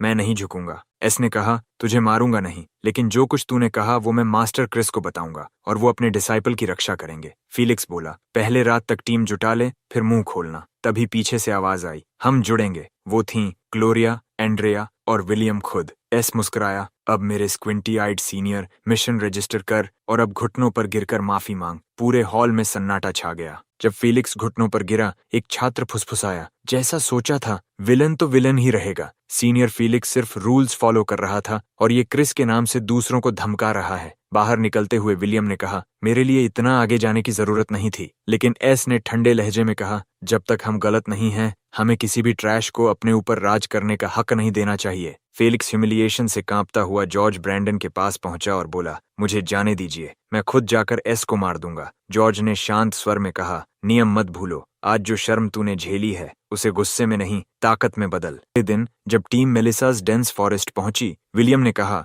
यही वो जगह है जहां प्राचीन एनिग्मेटिक सॉर्सरर मेलिसा की इनहेरिटेंस छिपी बताई जाती है। सैकड़ों सालों से ये रेल्म अकादमी के पास है, लेकिन कोई भी उस विरासत को नहीं ढूंढ पाया। उसने आगे समझाया, ये पूरा क्षेत्र एक माउंटेन फॉरेस्ट है, निकलने का रास्ता पहाड़ की चोटी के लेक तक जाता है। विलियम ने गंभीरता से कहा, बेस एरिया सबसे खतरनाक है, वहां नाइटमेयर लेवल मैजिकल बीस्ट घूमते हैं जिनकी ताकत टाइटल्ड सोर्ड सेंट्स जितनी है। तभी एस को कुछ हरकत महसूस हुई। उसने धीमे से कहा, सब तैयार रहो, कुछ आ रहा है। विलियम ने देखा और कहा, ये मेलिसास इंसेक्ट स्वार्म है, इससे लड़ना बेकार है, कोई फायदा नहीं मिलता, बस रास्ता बदलो और आगे बढ़ो। लेकिन तभी सामने से भागते हुए कुछ एडवेंचरस चिल्लाए, भूल जाओ, ये स्वार्म पीछा नहीं छोड़ता। हम 20 मिनट से भाग रहे हैं, 5 बार दिशा बदली, फिर भी पीछा नहीं छोड़ा। एंड्रिया ने तुरंत मैजिक स्पेल से एक बड़ा शील्ड कॉन्जर किया। एस ने देखा और बोला, 20 मिनट से भाग रहे हो और तलवार निकालने की हिम्मत नहीं हुई? ऐसे लोग खुद को जीनियस कहते हैं। उसने ब्लड सर्पेंट स्किल एक्टिवेट किया, सैकड़ों कीड़ों को चीर डाला। जैसा उम्मीद थी, वो कीड़े वर्थलेस निकले, किसी ने भी ब्लड माना नहीं बढ़ाई। लेकिन बचने वाले एडवेंचरर्स ने राहत की सांस ली। तभी एस ने कहा,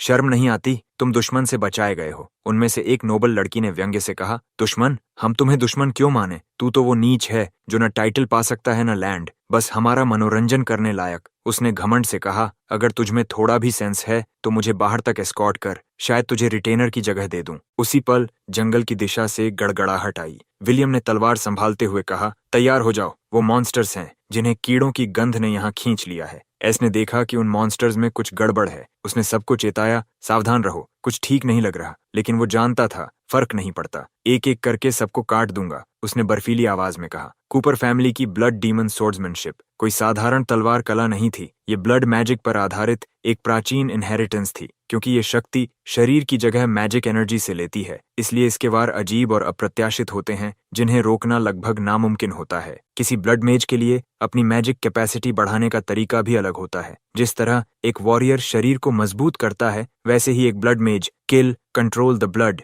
यूज द ब्लड पर निर्भर करता है। यही है ब्लड मैजिक का मूल मंत्र। पर समस्या ये थी कि ब्लड मेजेस का शरीर कमजोर होता है, इसलिए वे जल्दी नहीं बढ़ पाते। लेकिन ब्लड सोर्ड्समैन के साथ ये कमजोरी नहीं होती। जब तक वो ब्लड डीमन सोर्ड्समैनशिप के गुप्त तरीकों का पालन करता है, जितना अधिक रक्त उतनी अधिक शक्ति। मगर इस शक्ति की कीमत थी मरे हुए लोगों की मैलिस, उनकी नफरत, उनके श्राप, ये सब मिलकर शरीर में एक इटर्नल ब्लड डीमन फैंटाज्म बना देते हैं। एक ऐसा श्राप जिसे सिर्फ अडिग इच्छा शक्ति वाला व्यक्ति ही दबा सकता है। एंड्रिया ने देखा कि एस हर मरे हुए मॉन्स्टर का खून सोख रहा है। उसने चिंतित होकर पूछा, एस तू ठीक है? एस ने शांत होकर कहा, फिक्र मत कर, जब तक मास्टर क्रिस मेरी शक्ति को रेगुलेट कर रहे हैं ये हाई लेवल क्रीचर्स मुझे कुछ नहीं कर सकते। जैसे जैसे एस ब्लड मैजिक में डूबता गया, एंड्रिया ने बाकी सबकी रक्षा के लिए wall of stars spell activate किया। ग्लोरिया ने पूछा, क्या ये वैसा ही है जैसा ड्रैगन लेयर में हुआ था? एंड्रिया ने कहा, नहीं, ये कुछ और है। पर इससे पहले कि वो समझा सके, स्टारलाइट ने उसे बीच में रोका। इसमें समझाने जैसा कुछ नहीं है। जो भी ब्लड मैजिक सीखता है आखिर में पागलपन में गिरता ही है। सबको पता है, कूपर फैमिली के पहले 2 मुखिया भी इसी कारण पागल हुए थे। कहते हैं कि वर्तमान मुखिया साइलेंट सोर्ड सेंट बना ताकि ब्लड मैजिक के प्रभाव को अपने खून से अलग रख सके। एंड्रिया ने नोबल लड़की से कहा, मेरे साथ स्टारलिंक टेक्निक मिलाओ। उसने हंसकर कहा, बेकार है, एस पर इस तरह का स्पिरिचुअल रेजोनेंस चलाना मौत को बुलाना है। पर एंड्रिया ने आंखें बंद की और एस की स्पिरिचुअल वर्ल्ड में प्रवेश कर गई। वहां उसने डीमन फैंटाज्म को देखा, जो हंसते हुए बोला, किसी को अपनी जान जोखिम में डालते देखे बहुत दिन हो गए। एंड्रिया ने चीख कर पूछा, तूने एस के साथ क्या किया? डीमन बोला, मैंने नहीं किया, उसने खुद वो निगल लिया जो नहीं निगलना चाहिए था। पहला कूपर जिसने मुझे बनाया था वो भी इसी चीज से मारा गया था। डीमन ने धीमी आवाज में कहा, अब भी बचाना चाहती है उसे? तो मैं तेरे दिल में एक ब्लड डीमन सीड बो दूंगा और बता दूंगा कैसे। एंड्रिया ने सहमति में सिर हिलाया। डीमन हंसा, तू बहुत दयालु है, अपनी भलाई के लिए ही खतरनाक। जब उसने देखा कि एंड्रिया इतनी कम उम्र में 7 रिंग स्टारलाइट स्पेल चला रही है, वो नोबल लड़की ताने मारने लगी। लगता है इसने अपनी पूरी जिंदगी बस ट्रेनिंग में घंवा दी। असली लाइफ जीना नहीं आता इसे, एक गरीब लड़की जो बस मेहनत जानती है। ग्लोरिया ने भड़क कर कहा, या तो आकर मदद कर या फिर पीछे रहकर मुंह बंद रख। उसी वक्त डीमन ने एस का मजाक उड़ाया, एक लड़की से बचाया जाना ट्रैश के सिवा कुछ नहीं। तू एस घर जा, दफा हो जा। डीमन हंसा, अगर मैंने एंड्रिया से वादा न किया होता कि तुझे बचाऊंगा तो मैं इस गंदी जगह आता भी नहीं। फिर उसने कहा, याद रख, मैं सिर्फ एक बार बताऊंगा, पहचान कौन सा रक्त तुझे पागल कर रहा है। एस ने ध्यान लगाया और उस अशुद्धता को अलग किया। डीमन बोला, अगर ये चीज फिर तेरे खून में गई तो वो लड़की जिसकी तुझे परवाह है मैं खुद मार दूंगा। अगली बार मिलेंगे, बहुत जल्द। एस ने ठंडे स्वर में कहा, अगली बार तुझे पछतावा होगा। इसके बाद एस ने ब्लड सर्पेंट वायलेंट फीस्ट चलाया। चारों ओर लाशें बिखर गईं। उसने हर मॉन्स्टर का खून सोख लिया और जंगल लाल चमक में डूब गया। तभी आसमान में एक तेज रोशनी फटी। ग्लोरिया ने चौंक कर कहा, half saint level power house rail में प्रवेश कर गया है। इसका मतलब स्कूल को हालात का पता चल गया, कोई टीचर हमें निकालने आया है। एस ने पूछा, हाफ सेंट, किसी ट्रायल मिशन के लिए इतनी बड़ी ताकत क्यों भेजी गई? एस ने तलवार संभालते हुए कहा, कोई फर्क नहीं पड़ता, मैं मिशन पूरा करूंगा। तभी आसमान से उतरी आकृति ने सारे बीस्ट्स को एक ही वार में चीर डाला। वो था ओलिवर, इंपीरियल एकेडमी का एडवांस्ड सोर्ड्समैनशिप इंस्ट्रक्टर। लेकिन वो यहाँ मदद करने नहीं आया था। उसका असली मकसद था एस की बॉडी वापस ले जाना, ताकि सैंड्रू की नजर में उसका नाम ऊंचा हो जाए। ओलिवर के पास वो आइटम था जिसे मैजिक एकेडमी ने खास तौर पर ब्लड मैजिक यूजर्स को लोकेट करने के लिए बनाया था। अब उसके लिए एस को ढूंढना और मार देना बेहद आसान था। लेकिन तभी एस ने विलियम से पूछा, क्या तुम जानते हो कि हाफ सेंट का लेवल असल में क्यों होता है? क्या सिर्फ अपनी इज्जत बचाने के लिए उन्होंने खुद को ये टाइटल दे दिया? ओलिवर ने दूर से एस और विलियम को देखा, साथ में वो सारे स्टूडेंट्स भी थे जिन्हें उन्होंने बचाया था। अब ओलिवर जान गया कि इतने विटनेसेस के सामने एस से सीधे निपटना आसान नहीं होगा। स्टूडेंट्स ने जब प्रोफेसर ओलिवर को देखा तो उन्हें लगा कि वो उन्हें बचाने आया है। लेकिन ओलिवर के दिमाग में कुछ और चल रहा था। उसने सोचा, अब कोई और रास्ता नहीं। अगर मैं उस डिसाइपल को मिटा दूं जिसने सीक्रेट रेल्म में एनोमली पैदा की तो सब मुझे एक सच्चा टीचर समझेंगे। अगले ही पल एस ने ओलिवर की मर्डरस ऑरा महसूस की, लेकिन तब तक देर हो चुकी थी।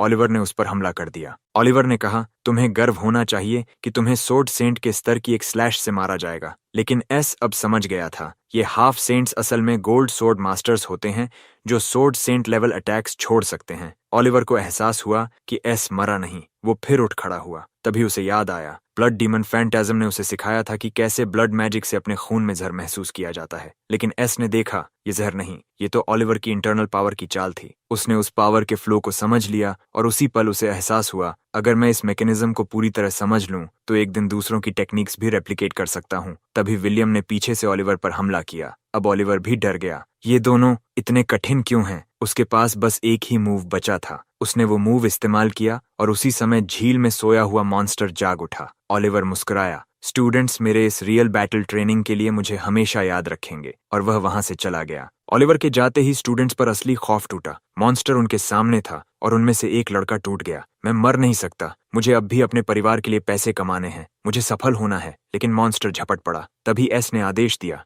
विलियम, अपनी ताकत से ब्लॉक करो। एंड्रिया, ग्लोरिया, स्टूडेंट्स की रक्षा करो। विलियम ने कहा, क्रिस्टल मेरा मिशन है। एस ने ठंडे स्वर में कहा, अगर मॉन्स्टर नहीं मरा तो तुम्हारा मिशन वैसे भी असफल होगा। अब एस जानता था कि अगर उसने ब्लड शैडो ब्लेड्स जैसे हाई लेवल टेक्निक्स का इस्तेमाल किया तो ब्लड डीमन फिर से उसके शरीर पर कब्जा कर लेगा। इसलिए उसने सिल्वर लेवल से नीचे की मैजिक और सोर्ड्समैनशिप का ही उपयोग करने का निर्णय लिया। उसने क्रिस्टल लिया और विलियम से कहा, बस मुझे कुछ वक्त दो। विलियम मॉन्स्टर को रोकता रहा जबकि एस क्रिस्टल अब्सॉर्ब करने लगा। ग्लोरिया ने अपनी पूरी ताकत झोंक दी, सोर्ड डांस सिम्फनी, और हवा से गिरती बिजली की तरह वार किया। आखिरकार जब एस ने ब्लड मैजिक क्रिस्टल पूरी तरह अब्सॉर्ब कर लिया, उसने दहाड़ते हुए अपना अल्टीमेट मूव इस्तेमाल किया, blood flame savage serpent slash. एक ही वार में मॉन्स्टर टुकड़ों में बिखर गया। लड़ाई खत्म होते ही एक स्टूडेंट लुई आगे बढ़ा, तलवार उठाई और कहा, वो डेविल जिसने ब्लड मैजिक सीखी, वो शैतान जिसने अपने भाइयों को धोखा दिया, मैं ही गलत था। वो घुटनों पर गिर पड़ा।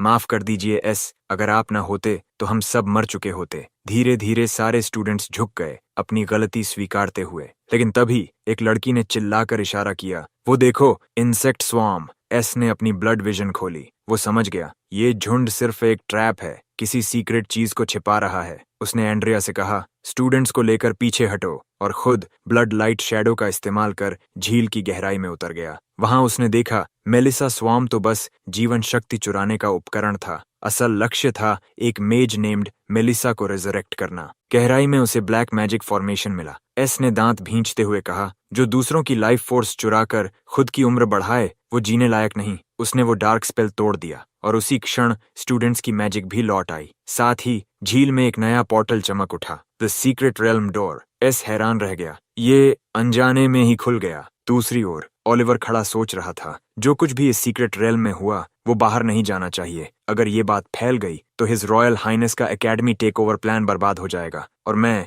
एकेडमी में अपनी जगह खो दूंगा। ओलिवर खुद से सोच रहा था, surely not everything is going to develop in the worst direction. लेकिन तभी सीक्रेट रेल्म डोर तय समय से पहले खुल गया। इसका मतलब था कोई जिंदा बच गया है। अब ओलिवर को किसी भी गलती से बचने के लिए पूरी ताकत लगानी होगी। दूसरी ओर स्टूडेंट्स खुश थे, दरवाजा खुल रहा था, बस थोड़ा और हम इस घटिया जगह से बाहर होंगे। लेकिन एंड्रिया दौड़ पड़ी, सीधा एस की ओर। उसे यकीन करना था कि वो ठीक है। एस मुस्कुराया, मैं भी तुम सब जैसा ही हूँ। मेरी स्टैमिना और माना पूरी तरह रिकवर हो गई है। और हाँ, मैंने झील के नीचे 2 चीजें पाई। उसने एक क्रिस्टल बॉटल दिखाई जिसके अंदर वही अजीब जहर की खुशबू थी जो मॉन्स्टर के शरीरों में थी। एंड्रिया ने कहा, ये बॉटल बहुत रेयर है, मैं अपने टीचर को दिखाऊंगी, शायद कुछ क्लू मिले। विलियम ने उसका आकार देखकर अनुमान लगाया, ये तो उस 5 हेडेड ड्रैगन का डिजास्टर ग्रेड मैजिक क्रिस्टल होना चाहिए। विलियम ने अफसोस से कहा, काश पहले वाले मैजिक क्रिस्टल्स यूज न किए गए होते। अब यहाँ ज्यादा देर रहना खतरनाक है, ये पॉइजन मिस्ट बढ़ती जा रही है। तभी कूपर फैमिली के बच्चे अपने पास इकट्ठे किए हुए क्रिस्टल्स एस को दे देते हैं ताकि वो मिशन पूरा कर सके।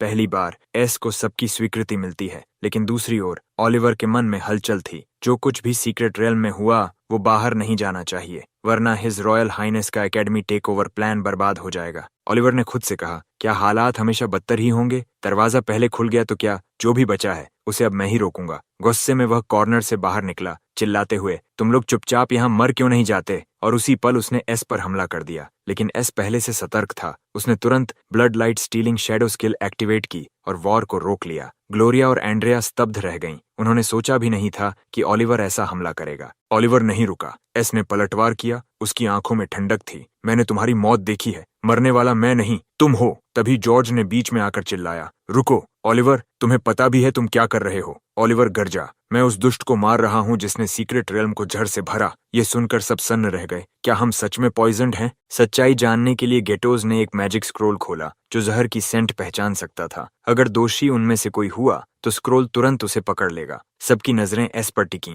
क्या उसने सच में पॉइजन फैलाया? कुछ सोचने लगे, शायद उसने कोई टैबू सब्सटेंस यूज किया मिशन पूरा करने के लिए, और साथ ही मौका पाकर हमें बचा भी लिया। क्या वो अपनी रेपुटेशन पलटने की कोशिश कर रहा है? जॉर्ज हल्के से हंसा, तुम सब फूल्स हो, हमेशा की तरह पपेट्स जिनकी डोर दूसरों के हाथों में है। फिर उसने व्यंग्य से कहा, तो एस, तुम्हारे पास कहने को कुछ है? एस ने शांत स्वर में जवाब दिया, किसी को फंसाना आसान है बस एक प्रीटेक्स्ट चाहिए। और तभी उसने जॉर्ज को पकड़ लिया। जॉर्ज चौंक गया। इतनी स्पीड! क्या ये सोर्ड सेंट की असली शक्ति है? उसके शरीर से ताकत जैसे गायब हो गई थी। जॉर्ज ने ताने से कहा, article 367 of the academy rules के मुताबिक कोई भी फैकल्टी मेंबर किसी अटैकर को वहीं मार सकता है। उसने अपना स्टाफ उठाया और कहा, क्रिस का डिसाइपल, अपना अंत स्वीकार करो। लेकिन तभी दरवाजा खुला और हेडमास्टर अंदर आया। रुको जॉर्ज, अभी नहीं। जॉर्ज ने पलटकर एस की बोतल दिखाई। सर, ये हमने एस की पोजेशन से पाई, उसी मैजिक स्क्रोल से जो आपने मुझे दी थी। हेडमास्टर ने उन्नत अप्रेजल टेक्निक का इस्तेमाल किया और हैरान रह गया। ये तो रॉयल फैमिली द्वारा इस्तेमाल किया गया सीक्रेट पॉइजन है, जो ब्लड मेजेस को निशाना बनाने के लिए बनाया गया था।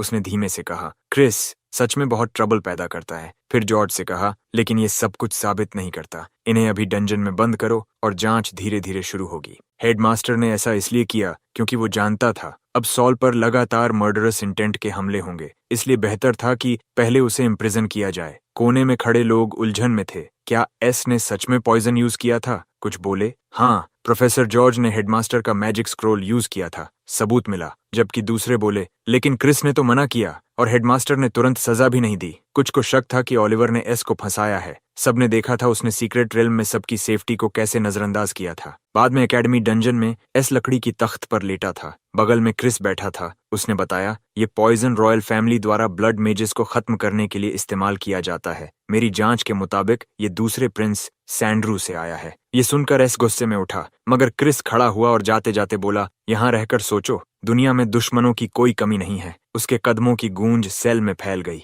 दूसरी तरफ ओलिवर हंसा। कितना मूर्ख है एस! प्रोफेसर क्रिस रॉयल फैमिली की रक्षा करता है और ये उसी के सामने कह आया कि वो प्रिंस को मार देगा। ओलिवर को विश्वास नहीं हुआ कि क्रिस अब भी एस का समर्थन करेगा, मगर उसके लिए यह सम्मान की बात थी कि वह हिज हाइनेस के लिए अपनी ताकत अर्पित कर रहा है। एस ने उसे घूर कर पूछा, क्या कभी सोचा है ओलिवर कि ये सब वाकई वर्थ है? एस की आवाज शांत थी, मगर शब्द चुभ रहे थे। तेरी टैलेंट और मेहनत बस उन लोगों की चाहतें पूरी करने के लिए जो खुद किसी काम के नहीं। क्या तूने कभी महसूस किया कि तू भी बस एक पॉन है जिसे कभी भी फेंका जा सकता है? क्या तेरे पास कुछ और नहीं, कोई फैमिली, कोई रीजन टू केयर? फिर एस बोला, अगर तू हेडमास्टर एल्बस को सीक्रेट रेल्म की सच्चाई बता दे तो मैं वादा करता हूँ मैं तुझे प्रिंस के नियंत्रण से आजाद कर दूंगा। ओलिवर गर्जा, चुप रहो, मैं अपने परिवार से गद्दारी नहीं करूंगा। तभी एक आदमी जेल के गेट से वाइन अंदर सरकाता है। हिज हाइनेस ने तुम्हारे और एस के बीच बीस्ट फाइटिंग अरीना में ड्यूल तय किया है। ये प्रेशियस वाइन ऑफ लाइफ तुम्हें अंतिम गौरव देगा। ओलिवर ने सिर झुकाकर कहा, हिज हाइनेस के आदेश मेरे लिए सब कुछ है, चाहे मैं मर जाऊं।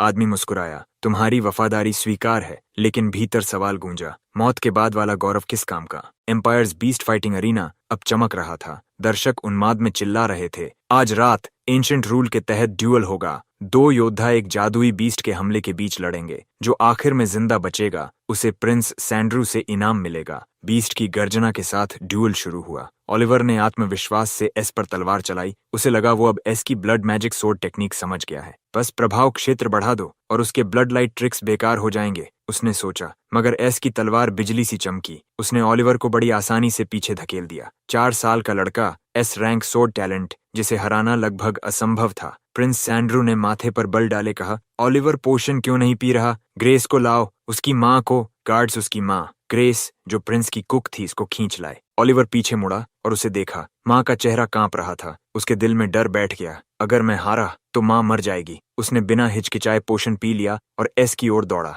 मेरी माँ के लिए हार जाना। एस कुछ समझ पाता उससे पहले ओलिवर ने उसे हवा में उछाल दिया। उसकी आंखों में आखिरी चमक थी। मेरी मौत ही प्रिंस के क्रोध को शांत करेगी। ओलिवर दौड़ पड़ा, सीधे मैजिकल बीस्ट की ओर। उसकी सोच साफ थी, मेरी मौत ही प्रायश्चित है और शायद एस मेरी माँ को बचा ले। बीस्ट की लपटों के बीच उसका शरीर जलने लगा। उसने अंतिम सांस में कहा, एस मेरी माँ का ख्याल रखना। तभी अंडरवर्ल्ड वाइन कोर उसकी छाती में धंस गया, मगर एस की आंखें ठंडी थीं। अपने परिवार का ख्याल खुद रखो ओलिवर। और तलवार ने उसकी किस्मत तय कर दी।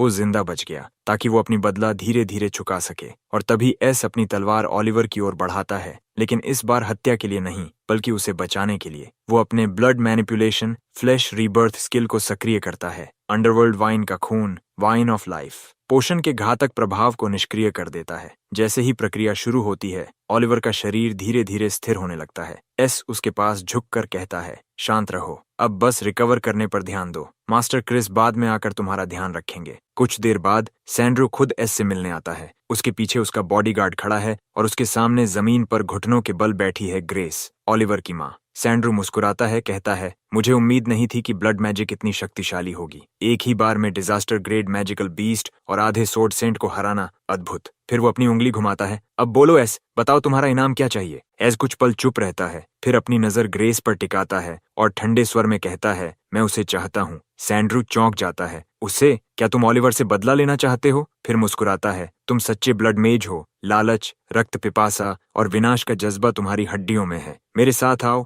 एस, मेरे हाथ की नई तलवार बनो। एस आगे बढ़ता है, उसकी आंखें सैंड्रू पर टिक जाती हैं। क्या तुम हमेशा इतने अस्थिर रहते हो अपने लोगों के प्रति? ओलिवर ने तुम्हारे आदेशों का पालन किया और जैसे ही वो मरा, उसकी माँ की सुरक्षा भी छिन गई। सैंड्रू ठंडे स्वर में कहता है, ब्लड मेजेस इस दुनिया में तिरस्कृत हैं। सिर्फ शक्तिशाली ही तुम्हारी रक्षा कर सकते हैं। अगर तुम मेरा आदेश नहीं मानोगे तो मैं तुम्हें एकेडमी से निष्कासित करवा दूंगा। तुम पर सीक्रेट रियल्म घटना का मास्टरमाइंड होने का आरोप लगेगा। बॉडीगार्ड एस की चुप्पी देखकर हमला करता है, पर एस एक ही वार में उसका अटैक मोड़ देता है। तभी ओलिवर और क्रिस वहां पहुंचते हैं। ग्रेस दौड़कर अपने बेटे को गले लगा लेती है। सैनिक ओलिवर को देखकर चिल्लाते हैं, अस्सासिन, मार डालो इसे। पर एस तुरंत अपनी तलवार सैंड्रू की गर्दन पर रख देता है। एक कदम भी आगे बढ़े तो उसका सिर गिर जाएगा। सैंड्रू शांत खड़ा रहता है, फिर क्रिस की ओर मुड़ता है। कैप्टन, तुमने अभी तक हत्यारे को नहीं मारा, क्या तुम भी गद्दार हो गए हो? क्रिस गंभीर स्वर में कहता है, मैं सिर्फ हिज मैजेस्टी का वफादार हूँ। वो 3 पोषण निकालता है। ये 3 पोषण मेलिसा के डेंस फॉरेस्ट में मिले हैं और ये ओलिवर से जुड़े हैं। रॉयल गार्ड्स के कैप्टन के रूप में मेरा कर्तव्य है इनकी जांच करना। वो आगे कहता है, अगर उस समय मैंने एंजेला को नहीं बचाया होता तो शायद मैं भी प्रिंस सैंड्रू की तरह किसी के नियंत्रण में होता। सैंड्रू के माथे पर पसीना आता है। उसे पता है कि अगर जांच आगे बढ़ी तो सच्चाई सामने आने पर उसे हिज मैजेस्टी द्वारा कैद कर लिया जाएगा और स्टूडेंट एक्सचेंज कॉन्फ्रेंस आने ही वाला है। अगर वो इस समय जेल गया तो उसका एल्डर ब्रदर उसकी सारी जिम्मेदारियां ले लेगा। इसलिए वो झूठ बोलता है। ये पोषण पहले मरिन को दिए गए थे। ओलिवर तक कैसे पहुंचे मुझे नहीं पता। क्रिस समझ जाता है कि सैंड्रू ओलिवर और मोरैन पर सारा इल्जाम डालना चाहता है। सैंड्रू दिखावे में कहता है, मैं मोरैन को सजा दूंगा। सर क्रिस को स्पष्टीकरण मिलेगा। एस ठंडे स्वर में कहता है, तो फिर मोरैन को बुलाओ। उसकी आंखें जल रही हैं। वो असली मास्टरमाइंड है। सिर्फ इसलिए कि वो प्रिंस है सब उसकी चापलूसी करते हैं, लेकिन अगर मैंने उसे नुकसान पहुंचाया तो क्रिस भी मुश्किल में पड़ जाएगा। इसलिए पहले उसे खत्म करूंगा, फिर उसके पर काट दूंगा। कुछ देर बाद मोरैन आता है, पर जैसे ही एस उस पर हमला करने वाला होता है, एक और व्यक्ति आगे आता है, एलन। वो कहता है, मैं सोच ही रहा था कौन इतना दुस्साहसी है कि शाही परिवार के सामने हत्या करने आया, और ये तो तुम निकले।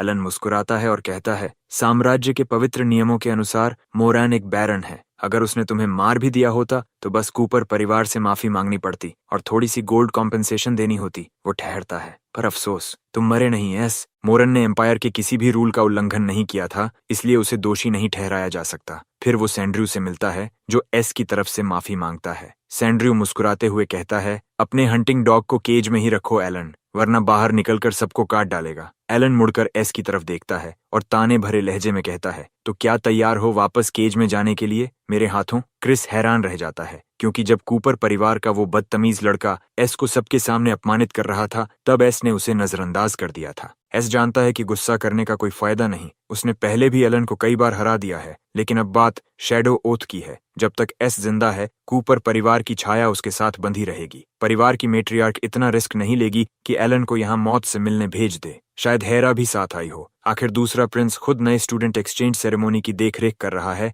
और अगर वो अपना फैक्शन बनाना चाहता है तो 7 महान वंशों को बुलाना ही पड़ेगा। अचानक 2 गार्ड्स पीछे से आते हैं, एस पर हमला करने की कोशिश करते हुए, और क्रिस से कहते हैं कि वो एस की बातों में न आए, लेकिन एस पलटवार करता है, उन दोनों को हवा में उछाल कर जमीन पर पटक देता है। वो ठंडे स्वर में कहता है, इस सेरेमोनी में मुझसे लड़ने के लिए कई एस रैंक टैलेंट्स इंतजार कर रहे हैं। मुझे समय नहीं है तुम सबके साथ बेवकूफी करने का। क्रिस हंस पड़ता है, लगता है तुम थोड़े मैच्योर हो गए हो। फिर वो बताता है कि हेडमास्टर एल्बस उनसे मिलने को तैयार हैं। क्रिस कहता है कि एल्बस को first blood magic sword saint की इनहेरिटेंस में बहुत दिलचस्पी है। शायद वो एस को कुछ नया सिखा सकें। इंपीरियल एकेडमी के विशाल ट्रेनिंग ग्राउंड पर एल्बस एस से कहता है, अपना सबसे ताकतवर मूव इस्तेमाल करो, लेकिन एस झिझकते हुए मना कर देता है। एल्बस जोर से हंसता है, अच्छा है, तुम बुजुर्गों की इज्जत करना जानते हो। फिर वो खुद पहला हमला करता है। एस चौंक जाता है। एल्बस बिना इनकैंटेशन के मैजिक चला रहा है। एस बच तो जाता है क्योंकि उसके पास ब्लड ब्लड मैजिक की प्रोटेक्टिव लेयर है, मगर वो ताकत किसी सोर्ड सेंट की फुल पावर स्लैश जैसी है। अब एल्बस एक ट्रेनिंग मैजिक पपेट समन करता है और कहता है, मैं अब अपनी चरम शक्ति पर नहीं हूँ, पर एक गोल्ड सोर्ड मास्टर से निपटने लायक तो हूँ ही। अब तुम पूरी ताकत से वार करो। एस मुस्कुराते हुए कहता है, तो फिर मुझे अपने स्किल्स दिखाइए हेडमास्टर। वह अपनी सोर्ड्समैनशिप इनहेरिटेंस की चौथी technique blood storm of carnage का इस्तेमाल करता है। एल्बस उसकी चाल देखकर कहता है, बहुत फ्लैशी है, पर असर उम्मीद से कम, दिखावा ज्यादा, उपयोगिता कम, जरा ध्यान केंद्रित करो। एस उसकी बात मानता है और ब्लड फ्लेम स्किल सक्रिय करता है, जिससे वो अपनी खुद की ब्लड एनर्जी जलाकर डैमेज बढ़ाता है। एल्बस चेतावनी देता है, ये तरीका खतरनाक है, इससे ब्लड डीमन पपेट और ताकतवर होगा। फिर भी एस जिद में advanced blood sword technique activate कर देता है, जिससे उसका खून तेजी से घटने लगता है। उसकी एनर्जी डिप्लीशन के साथ ही बैकलैश शुरू होता है। पपेट अब पूरी तरह बेकाबू है। वो एस को पकड़ लेता है और एल्बस से चिल्लाकर कहता है, मुझे जाने दो, मैं सबको मार दूंगा। क्रिस डर कर चिल्लाता है, ऐसे नहीं चलेगा, एस अब और नहीं झेल पाएगा। लेकिन एल्बस शांत रहता है, घबराओ मत,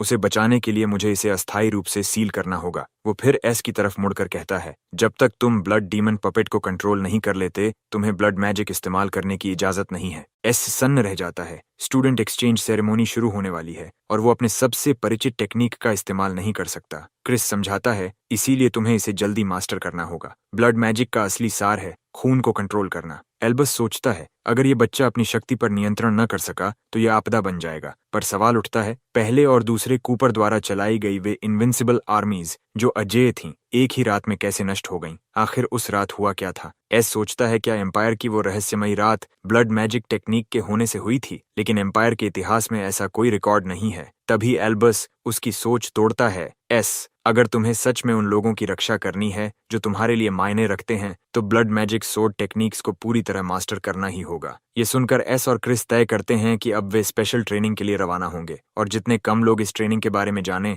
उतना बेहतर। रास्ते में चलते हुए क्रिस को एक संदिग्ध पक्षी दिखाई देता है, लेकिन वो सोचता है कि जंगल बड़ा है तो अजीब पक्षी तो दिखेंगे ही, और उसे नजरअंदाज कर देता है। मगर सच ये है, वो पक्षी असल में फॉरेस्ट फैमिली की एस रैंक प्रोडिजी है, जो 7 महान कुलों में से एक है। उसे दूसरे प्रिंस ने भेजा है ताकि वो सुनिश्चित करे कि S blood demon sword techniques का इस्तेमाल न करे। वो सोचती है, अगर एस खुद को ऐसे बांध लेगा तो उसे आने वाले फ्रेशमैन एक्सचेंज सेरेमोनी में हराना आसान होगा। आखिरकार इंपीरियल एकेडमी का सालाना न्यू स्टूडेंट एक्सचेंज सेरेमोनी शुरू होता है। ये सेंट गॉर्डन का सबसे बड़ा आयोजन है। सीटें पूरी तरह भरी हैं। दर्शक न केवल नए छात्रों की एबिलिटीज देखने आए हैं, बल्कि वहां लेजेंडरी ड्यूक फैमिलीज के मुखिया, royal highness, second prince Andrew और इंपीरियल एकेडमी के श्रेष्ठ टीचर्स और स्टूडेंट्स भी मौजूद हैं। इस समारोह के विजेता को मिलेगा इंपीरियल एकेडमी में विशेष मार्गदर्शन और सेकंड प्रिंस की प्रशंसा के साथ एक इच्छा पूरी करने का अवसर। समझ जाता है कि सेकंड प्रिंस का मकसद साफ है, वो अपने फैक्शन के लिए प्रतिभाशाली लोगों को भर्ती करना चाहता है, लेकिन यह इच्छा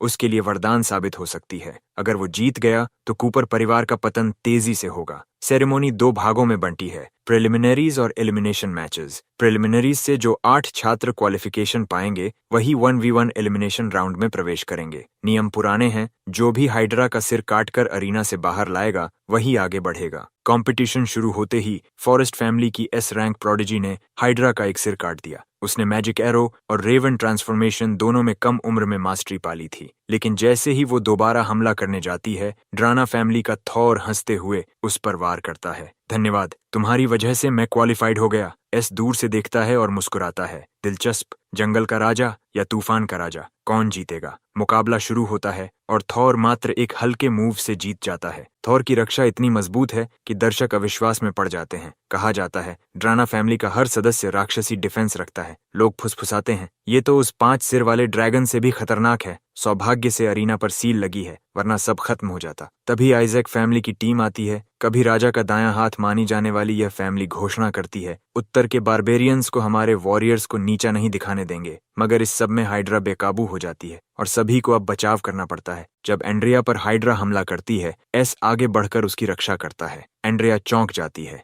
एस की सोर्ड एनर्जी इतनी घातक है कि वो मैजिकल बीस्ट को भी काट सकती है। इसी बीच विलियम भी हाइड्रा का एक सिर हासिल कर लेता है। अब बस एस को एक और सिर चाहिए ताकि उनकी टीम क्वालिफाई कर सके। एस नोटिस करता है कि हाइड्रा पर इस हद तक सप्रेशन दुर्लभ है। वो तय करता है कि सिर के साथ वो कुछ और भी हासिल करेगा। वो एंड्रिया से कहता है, तुम सब पीछे हटो, ये मेरे ट्रेनिंग के लिए सही मौका है। भले ही वो ब्लड मैजिक नहीं इस्तेमाल कर सकता, मगर उसका शरीर अब इतना मजबूत हो चुका है कि हाइड्रा के हमलों को झेल सकता है। जब हाइड्रा अपनी ब्लेज मैजिक अटैक करती है, एस चालाकी से उसके एक सिर को पकड़कर दूसरे सिर की दिशा में मोड़ देता है। हाइड्रा का हमला खुद पर ही पड़ता है। उसका सेल्फ रिजेनरेटिंग शील्ड अब उसकी ही ताकत से टूट चुका है। नियम के मुताबिक जब हाइड्रा के 8 सिर काट दिए जाते हैं तो वह अपनी सेंटर हेड की एनर्जी खींचकर बाकियों को पुनर्जीवित करती है और उसी पल उसकी कमजोरी शुरू होती है। इस वक्त एस को बस अपनी तलवार चलानी है, हाइड्रा को चीर देना है। अगर वो क्रिस द्वारा सिखाई गई ब्लड मैजिक रेजोनेंस का इस्तेमाल करे तो वो हाइड्रा की रैपिड रिजेनरेशन एबिलिटी हासिल कर सकता है। लेकिन उसकी योजना बिगड़ जाती है जब वो सबसे कठिन सिर को चुनौती देता है और उसी के जाल में फंस जाता है। तभी एलन हंसते हुए उसे ताना देता है,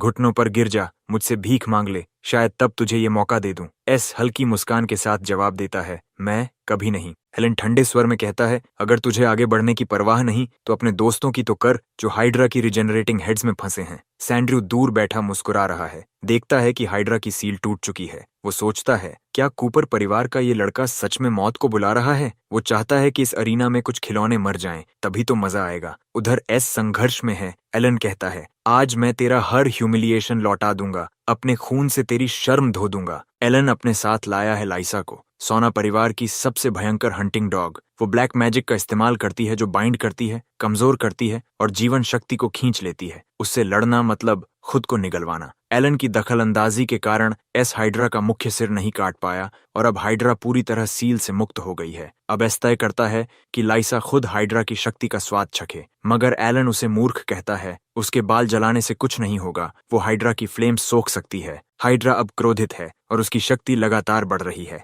एलन उसे उकसा चुका है, लेकिन अब हमला करने का सही मौका फिसल रहा है। एस समझ जाता है कि उसे एलन से जल्दी निपटना होगा। वो सबको आदेश देता है, अरीना छोड़ दो और लाइसा को भी साथ ले जाओ। इस बीच अनाउंसर घोषणा करता है, 3rd place Gloria Isaac qualified, 4th Andrea, 5th nameless night, 6th William. जब विलियम लाइसा को बाहर ले जा रहा होता है, वो उसके हाथ को काट रही होती है। विलियम उसे शांत करता है, अगर तुम अंदर रहोगी तो एस का बदला अधूरा रह जाएगा। उस घटिया इंसान के लिए अपनी जान मत गंवाओ। फिर अनाउंसर 7वें स्थान पर लाइसा का नाम घोषित करता है। विलियम मुस्कुराता है, यह क्वालिफिकेशन तुमने खुद हासिल की है, उम्मीद है अगले मुकाबले में मिलेंगे। उधर एलन का गुस्सा दोगुना हो जाता है, उसका डॉग ही उसे धोखा दे गया। एस हंसते हुए कहता है, अब कोई नहीं है जो तेरे लिए डैमेज झेले एलन, अब तू खुद मरेगा। एलन फिर भी आत्मविश्वास से कहता है, अंतिम विजेता मैं ही बनूंगा और तू हाइड्रा का खाना। लेकिन एस हंसता है, तलवार उठाता है और हाइड्रा पर सीधा वार करता है। धन्यवाद एलन, तेरे बिना मैं ये सिर इतनी आसानी से नहीं काट पाता। हाइड्रा अब कमजोर अवस्था में है और एस उसी क्षण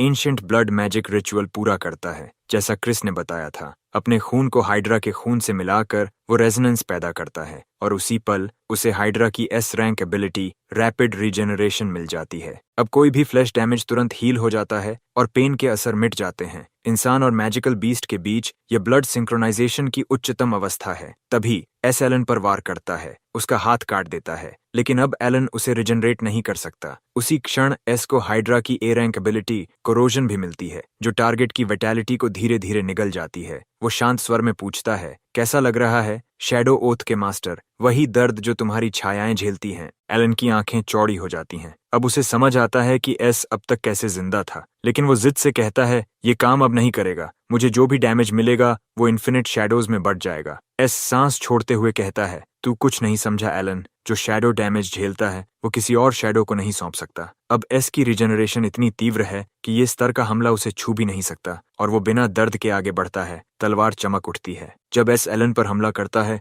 एलन गिरते हुए कांपता है, कृपया बस खत्म कर दो। लेकिन एस ठंडी मुस्कान के साथ कहता है, नहीं एलन, मौत तो दया है, मैं चाहता हूं कि तू जिए उसी गंदे और दर्दनाक जीवन के साथ। सारा एरिना उस वक्त खामोश था, सबके चेहरों पर बस एक ही डर था, अगली सफरिंग कब आएगी। तभी एस ने हवा में ऊंचा उठाया हाइड्रा का मेन हेड। भीड़ हैरान रह गई। अनाउंसर ने घोषणा की, 8th प्लेस सैल कूपर। लेकिन सब जानते थे किसी ने भी हाइड्रा को नहीं मारा था सिवाय उसके। सब समझ गए ये इंसान कुछ और ही स्तर का है। उसकी नजर अब थोरोडिन पर जाती है, वही योद्धा जिसकी डिफेंस एबिलिटीज लेजेंडरी हैं और जिसके पास है ड्रैगन टेमिंग का सीक्रेट टेक्निक। कल का दिन तय था, 1-on-1 एलिमिनेशन मैच। पहले मुकाबले में थोरन ड्रांका वर्स साल कूपर। अगली सुबह ड्यूअल शुरू होता है। एस समझ चुका है, इतने स्ट्रॉन्ग ओपोनेंट को पहले ही राउंड में लाना कोई कोइंसिडेंस नहीं, ये तो सेकंड प्रिंस की चाल है। थोरन गरजता हुआ अपनी एक्सेस लेकर उसकी ओर बढ़ता है। उसकी स्ट्राइक तेज और भारी, पर एस एजाइल है, वह डिफेंस कर लेता है। थोरन सोचता है एस डर गया, इसलिए सामने आने से बच रहा है, लेकिन अगले ही पल एस उसकी एक्स पर कूद जाता है, उसे जमीन में गाड़ देता है और मुस्कुराकर टॉन्ट करता है, कौन डर रहा है, वो जो दूर खड़ा है या मैं।